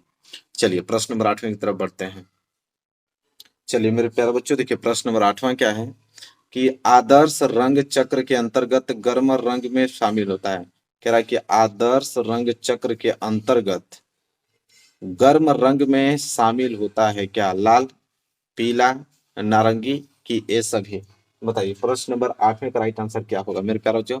आदर्श रंग चक्र के अंतर्गत गर्म रंग में शामिल होता है, तो सभी शामिल होते हैं, मतलब लाल रंग भी होता है, पीला रंग भी, नारंग भी। एक चीज आपको मैं नोटिस करता हूँ, बताता हूँ आप लोगों को पॉइंट, कि जब भी इस प्रकार के ऑप्शन आएगा जिसमें आपको लिखा रहे ये सभी, तो अधिकतर ये सभी ही सही होता है। ठीक है, तो अगर कोई किसी क्वेश्चन का आंसर अगर आपको मालूम नहीं है, अगर उसमें ऑप्शन ये सभी है, तो आप उस पर ही क्लिक करें। ठीक है, ज्यादातर आपको, हमको लगता है कि 98% देखने को केस में मिलता है कि ये सभी ही होता है। ठीक है, तो अगर नहीं मालूम रहेगा तो आप इस पे ही क्लिक कीजिएगा। चलिए प्रश्न नंबर 9 देखते हैं कि रंग योजना के अंतर्गत मूल रंगों जिसे प्राथमिक रंग कहा जाता है, किसे शामिल नहीं किया जाता है। कह रहा है कि रंग योजना के अंतर्गत मूल रंगों में किसे शामिल नहीं किया जाता है। लाल, पीला, हरा, नीला। मतलब बहुत इंपॉर्टेंट, देखिए ये इंपॉर्टेंट प्रश्न है और इस पे IMP आप लगा लीजिए और देखते हैं कितने बच्चों इसका सही आंसर देते हैं। ठीक है, क्वेश्चन नंबर 9 का। तो देखिए रंग योजना के अंतर्गत मूल रंगों में किसको शामिल नहीं किया जाता है, तो हरे रंग को। किनको? हरे रंग को शामिल नहीं किया जाता है मूल रंगों में। ठीक है, जिसे हम प्राथमिक रंग भी कह सकते हैं। चलिए याद रखिएगा ये प्रश्न बहुत ज्यादा इंपॉर्टेंट था। ठीक है, प्रश्न 10वां देखिए क्या है। मेरे प्यारे बच्चों प्रश्न 10वां यह है कि किसी त्रिभुज में अधिकतम कितने कोण न्यून कोण हो सकते हैं। मतलब कितने ऐसे कोण होंगे कि जो न्यून कोण हो सकते हैं। कितने ऐसे कोण? 1, 2, 3 की निश्चित नहीं किया जा सकता है। बताइए प्रश्न नंबर 10वें का राइट आंसर क्या होगा। बहुत प्यारा प्रश्न है कि किसी त्रिभुज में अधिकतम मतलब ज्यादा से ज्यादातर कितने कोण ऐसे होंगे जो न्यून कोण हो सकते हैं। तो 3 कोण, तीनों कोण न्यून कोण हो सकते हैं।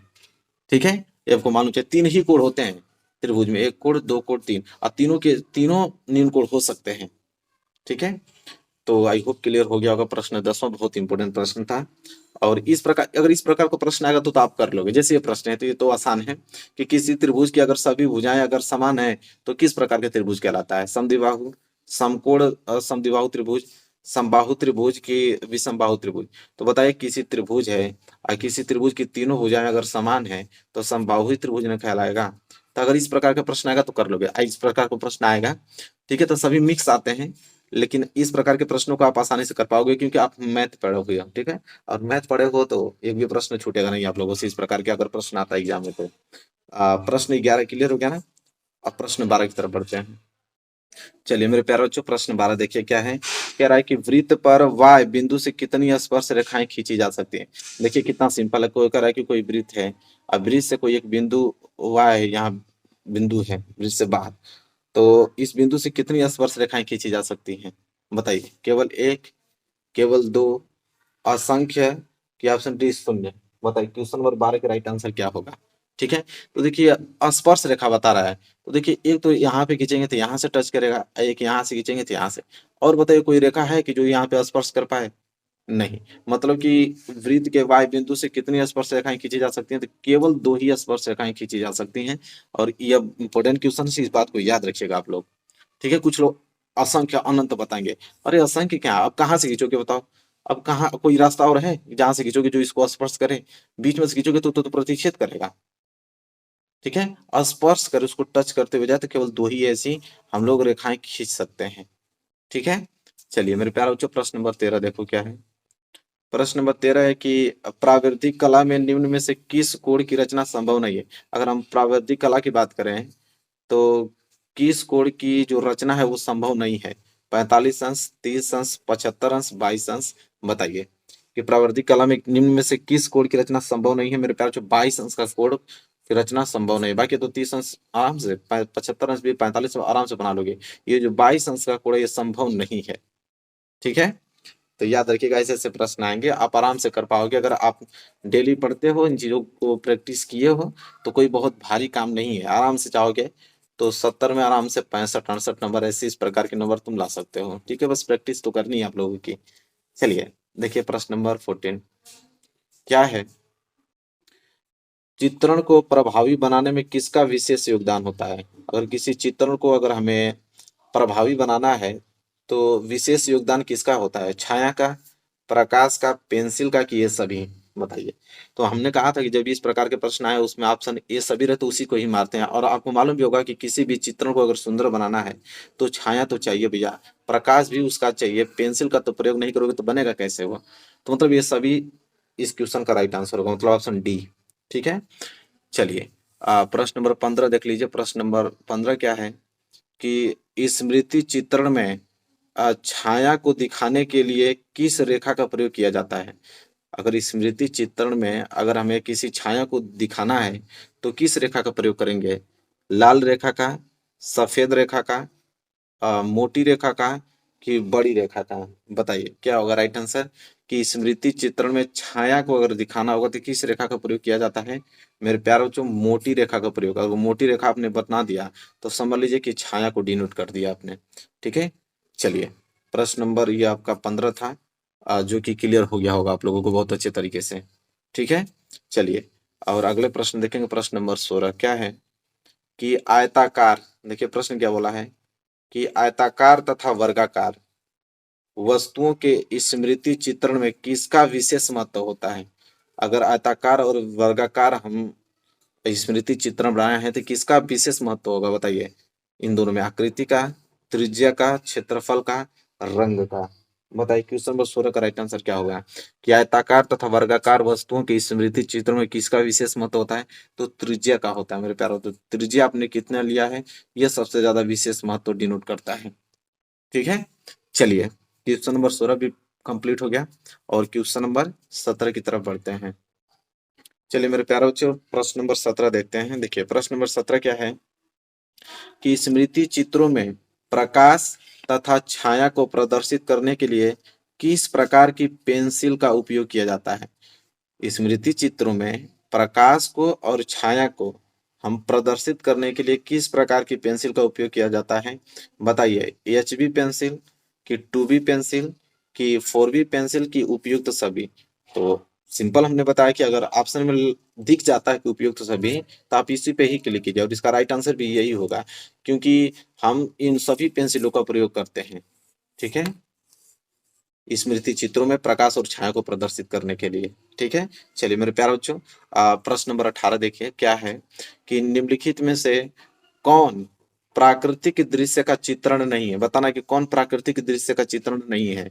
वृक्ष, नदी, मकान कि पहाड़? तो ये तो प्रश्न बहुत सिंपल, आपको मालूम होगा कि प्राकृतिक से कौन बनाई गई है, मानव से निर्मित कौन इसमें से चित्रण है।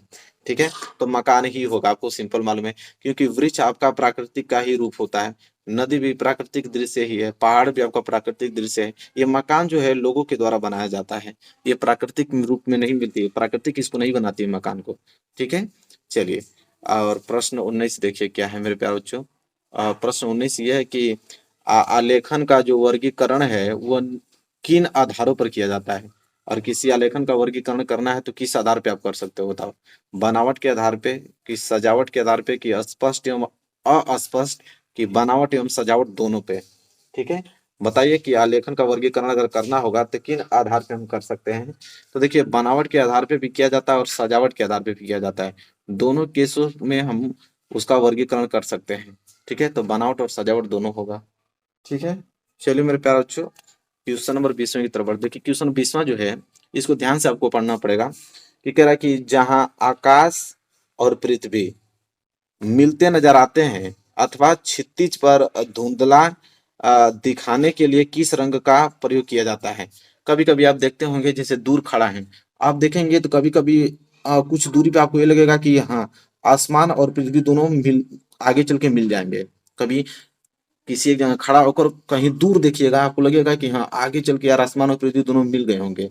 तो वही कह रहा है कि वो अगर उसको दर्शाना होगा तो किस रंग का प्रयोग करेंगे अगर हमें चित्र बनाना होगा? तो नारंगी, लाल रंग, हल्के बैगनी रंग, की धुंधले तथा अस्पष्ट? बताइए क्वेश्चन नंबर 20वें का राइट आंसर क्या होगा मेरे प्यारे बच्चों? तो उस तरह का अगर हमें शेड बनाना है, फिगर बनाना है तो किस रंग का प्रयोग करेंगे? तो हल्के बैगनी रंग का प्रयोग करते हैं, हल्के बैगनी रंग का।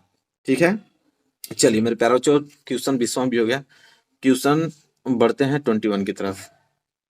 चलिए मेरे प्यारा विद्यार्थी क्वेश्चन नंबर 21 देखिए क्या है कि स्मृति चित्रण में, देखिए फिर आ गया स्मृति चित्रण में, व्यक्ति किसी वस्तु को कैसे पहचान पाता है? ठीक है, अगर स्मृति चित्रण है तो उसमें व्यक्ति किसी वस्तु को कैसे पहचानेगा? स्मृति चिंतन द्वारा, कि स्मृति भंडारण द्वारा, कि मानव चित्रण द्वारा, कि प्राकृतिक चित्रण द्वारा? बताइए 21 का राइट आंसर क्या होगा? ठीक है, तो देखिए कितना सिंपल इसका ट्रिक यह है कि अगर स्मृति चित्रण है तो उसको आप स्मृति भंडारण द्वारा ही आप इसको पहचान सकते हो। ठीक है, स्मृति चिंतन द्वारा नहीं, भंडारण द्वारा हम इसको पहचान सकते हैं, इस बात को याद रखिएगा। देखिए ये मानव तो होगा नहीं, प्राकृतिक होगा नहीं, जब भी होगा देखिए स्मृति चित्रण है तो स्मृति से ही होगा, चाहे तो वो तो स्मृति चिंतन होगा तो स्मृति भंडारण, तो चिंतन तो होगा नहीं, तो स्मृति भंडारण द्वारा ही हम वस्तु को पहचान सकते हैं। ठीक है, चलिए 22 देखिए क्या है कह रहा है कि वस्तु में शेड डालते समय, शेड मतलब छाया होता है, कि वस्तु में छाया डालते समय मुलायम रबड़ का प्रयोग किया जाना चाहिए जिससे चित्र स्पष्ट हो, कि चमक पर प्रभाव ना पड़े, कि रंग न उड़े, कि कागज गंदा न हो। मतलब किसी वस्तु का अगर आपको छाया डालना है तो मुलायम रबड़ का तो प्रयोग करते हैं। क्यों करते हैं, ऐसा क्यों करते हैं बताइए। क्वेश्चन नंबर 22 का राइट आंसर क्या होगा। तो देखिए ऐसा इसलिए करते हैं कि चमक पर प्रभाव ना पड़े, क्योंकि अगर आप इसे डार्क करोगे तो चमकने लगेगा वो, तो चमक पे प्रभाव ना पड़े उसका कोई, इसलिए हम लोग वहां पे मुलायम रबड़ का प्रयोग किया जाता है। ठीक है, तो इस बात को याद रखिएगा। चलिए अगला प्रश्न 23 देखिए क्या है। कह रहा है कि पहाड़ियों को किस रंग से चित्रित कर प्रदर्शित किया जाता है अथवा दिखाया जाता है। कह रहा है कि अगर पहाड़ियों को किस रंग से हम प्रदर्शित कर सकते हैं, चाहे उसको किस रंग से दिखाएंगे, बैगनी रंग से, काले रंग से, पीले रंग से, नारंगी रंग से। किसी चित्र में अगर पहाड़ियों को अगर आपको दिखाना है तो किस रंग से आप दिखाएंगे, यही प्रश्न पूछा है। बताइए मेरे प्यारे विद्यार्थियों क्या होगा इसका राइट आंसर। तो देखिए इसको हम ना बैगनी रंग से प्रदर्शित करेंगे, किसे, बैगनी रंग से दिखाएंगे उसको हम पहाड़ियों को। ठीक है, चलिए मेरे प्यारे बच्चों 24 देखिए क्या है राइट आंसर 24 का। कि निम्नलिखित में से धरातलीय आलेखन, ठीक है, निम्नलिखित में से धरातलीय जो आलेखन को प्रदर्शित कौन करता है बताइए। बेडशीट की, पर्दे की, कपड़े की, ये सभी। ठीक है, हमने आपसे बार बार कहा है कि अगर ये सभी ऑप्शन दिख रहा तो आप इसी को क्लिक करोगे, क्योंकि धरातलीय जो आलेखन है वो बेडशीट, पर्दे, कपड़े सब धरातलीय आलेखन है। ठीक है, और ये सभी जो इस प्रश्न का राइट आंसर होगा। तो जब भी ये सभी देखे तो आप इसी पे क्लिक आप लोगों को करना है, मैं आगे बता चुका हूँ आप लोगों को। ठीक है, और देखिए प्रश्न नंबर 25 क्या है। आप बहुत ध्यान से पढ़िएगा इस प्रश्न को। कि आस्टवाल्ड, देखिए आस्टवाल्ड के अनुसार, ये भी साइंटिस्ट ही थे, आस्टवाल्ड के अनुसार आदर्श रंगों की श्रेणी में कौन रंग शामिल होता है। देखिए अष्टवर्ल्ड मतलब होता है 8 रंगों का समूह होता है। अष्टवर्ल्ड में क्या होता है कि 8 रंग होते हैं, उसमें पाए जाते हैं, 8 रंगों का समावेश होता है, उसको अष्टवर्ल्ड कहते हैं। कह रहा है कि उसमें आदर्श रंगों की श्रेणी में कौन से रंग शामिल होते हैं। ठीक है, पीला एवं नारंगी, लाल एवं बैगनी, गहरा हरा, आसमानी नीला और धानी, की ये सभी। तो ये सभी है, तो आप इस पे ही क्लिक करोगे। और 8 रंग भी हो गए, देखिए पीला एक रंग, नारंगी दूसरा रंग, लाल तीसरा रंग और बैगनी चौथा रंग, गहरा पांचवा, आसमानी छठवां, नीला सातवां और ये धानी आठवां। मतलब 8 रंगों का जो अष्टवाल एक फिगर होता है उसमें 8 रंग का समावेश होता है। 8 रंग होते हैं, कौन कौन, तो देखिए पीला, नारंगी, लाल, बैगनी, गहरा हरा, आसमानी, नीला, धानी, ये सभी होते हैं। इसलिए ऑप्शन डी जो इस प्रश्न का सही आंसर होगा। तो मेरे प्यारे बच्चों देखिए प्रश्न बहुत ज्यादा इंपॉर्टेंट है, ऐसे ही प्रश्न आपके एग्जाम में बनेंगे। तो मेरे प्यारे बच्चों आज की वीडियो में देखिए 25 क्वेश्चन अगर आपने तैयार कर लिया है तो 20 नंबर कहीं नहीं गया। ऑब्जेक्टिव क्वेश्चन मतलब तो आपने एकदम कंफर्म कर लिया है। अब इसी प्रश्नों की प्रैक्टिस बार बार आपको करके जानी है। तो वीडियो को लाइक नहीं किया तो लाइक कर दीजिए, चैनल पर जरूर चैनल को सब्सक्राइब कर लीजिए। ऐसा आपको पूरे यूट्यूब पे नहीं मिलेगा जिस प्रकार तैयारी कराई जा रही है मेरे चैनल पे। तो चलिए मिलेंगे नेक्स्ट वीडियो में, तब तक के लिए धन्यवाद।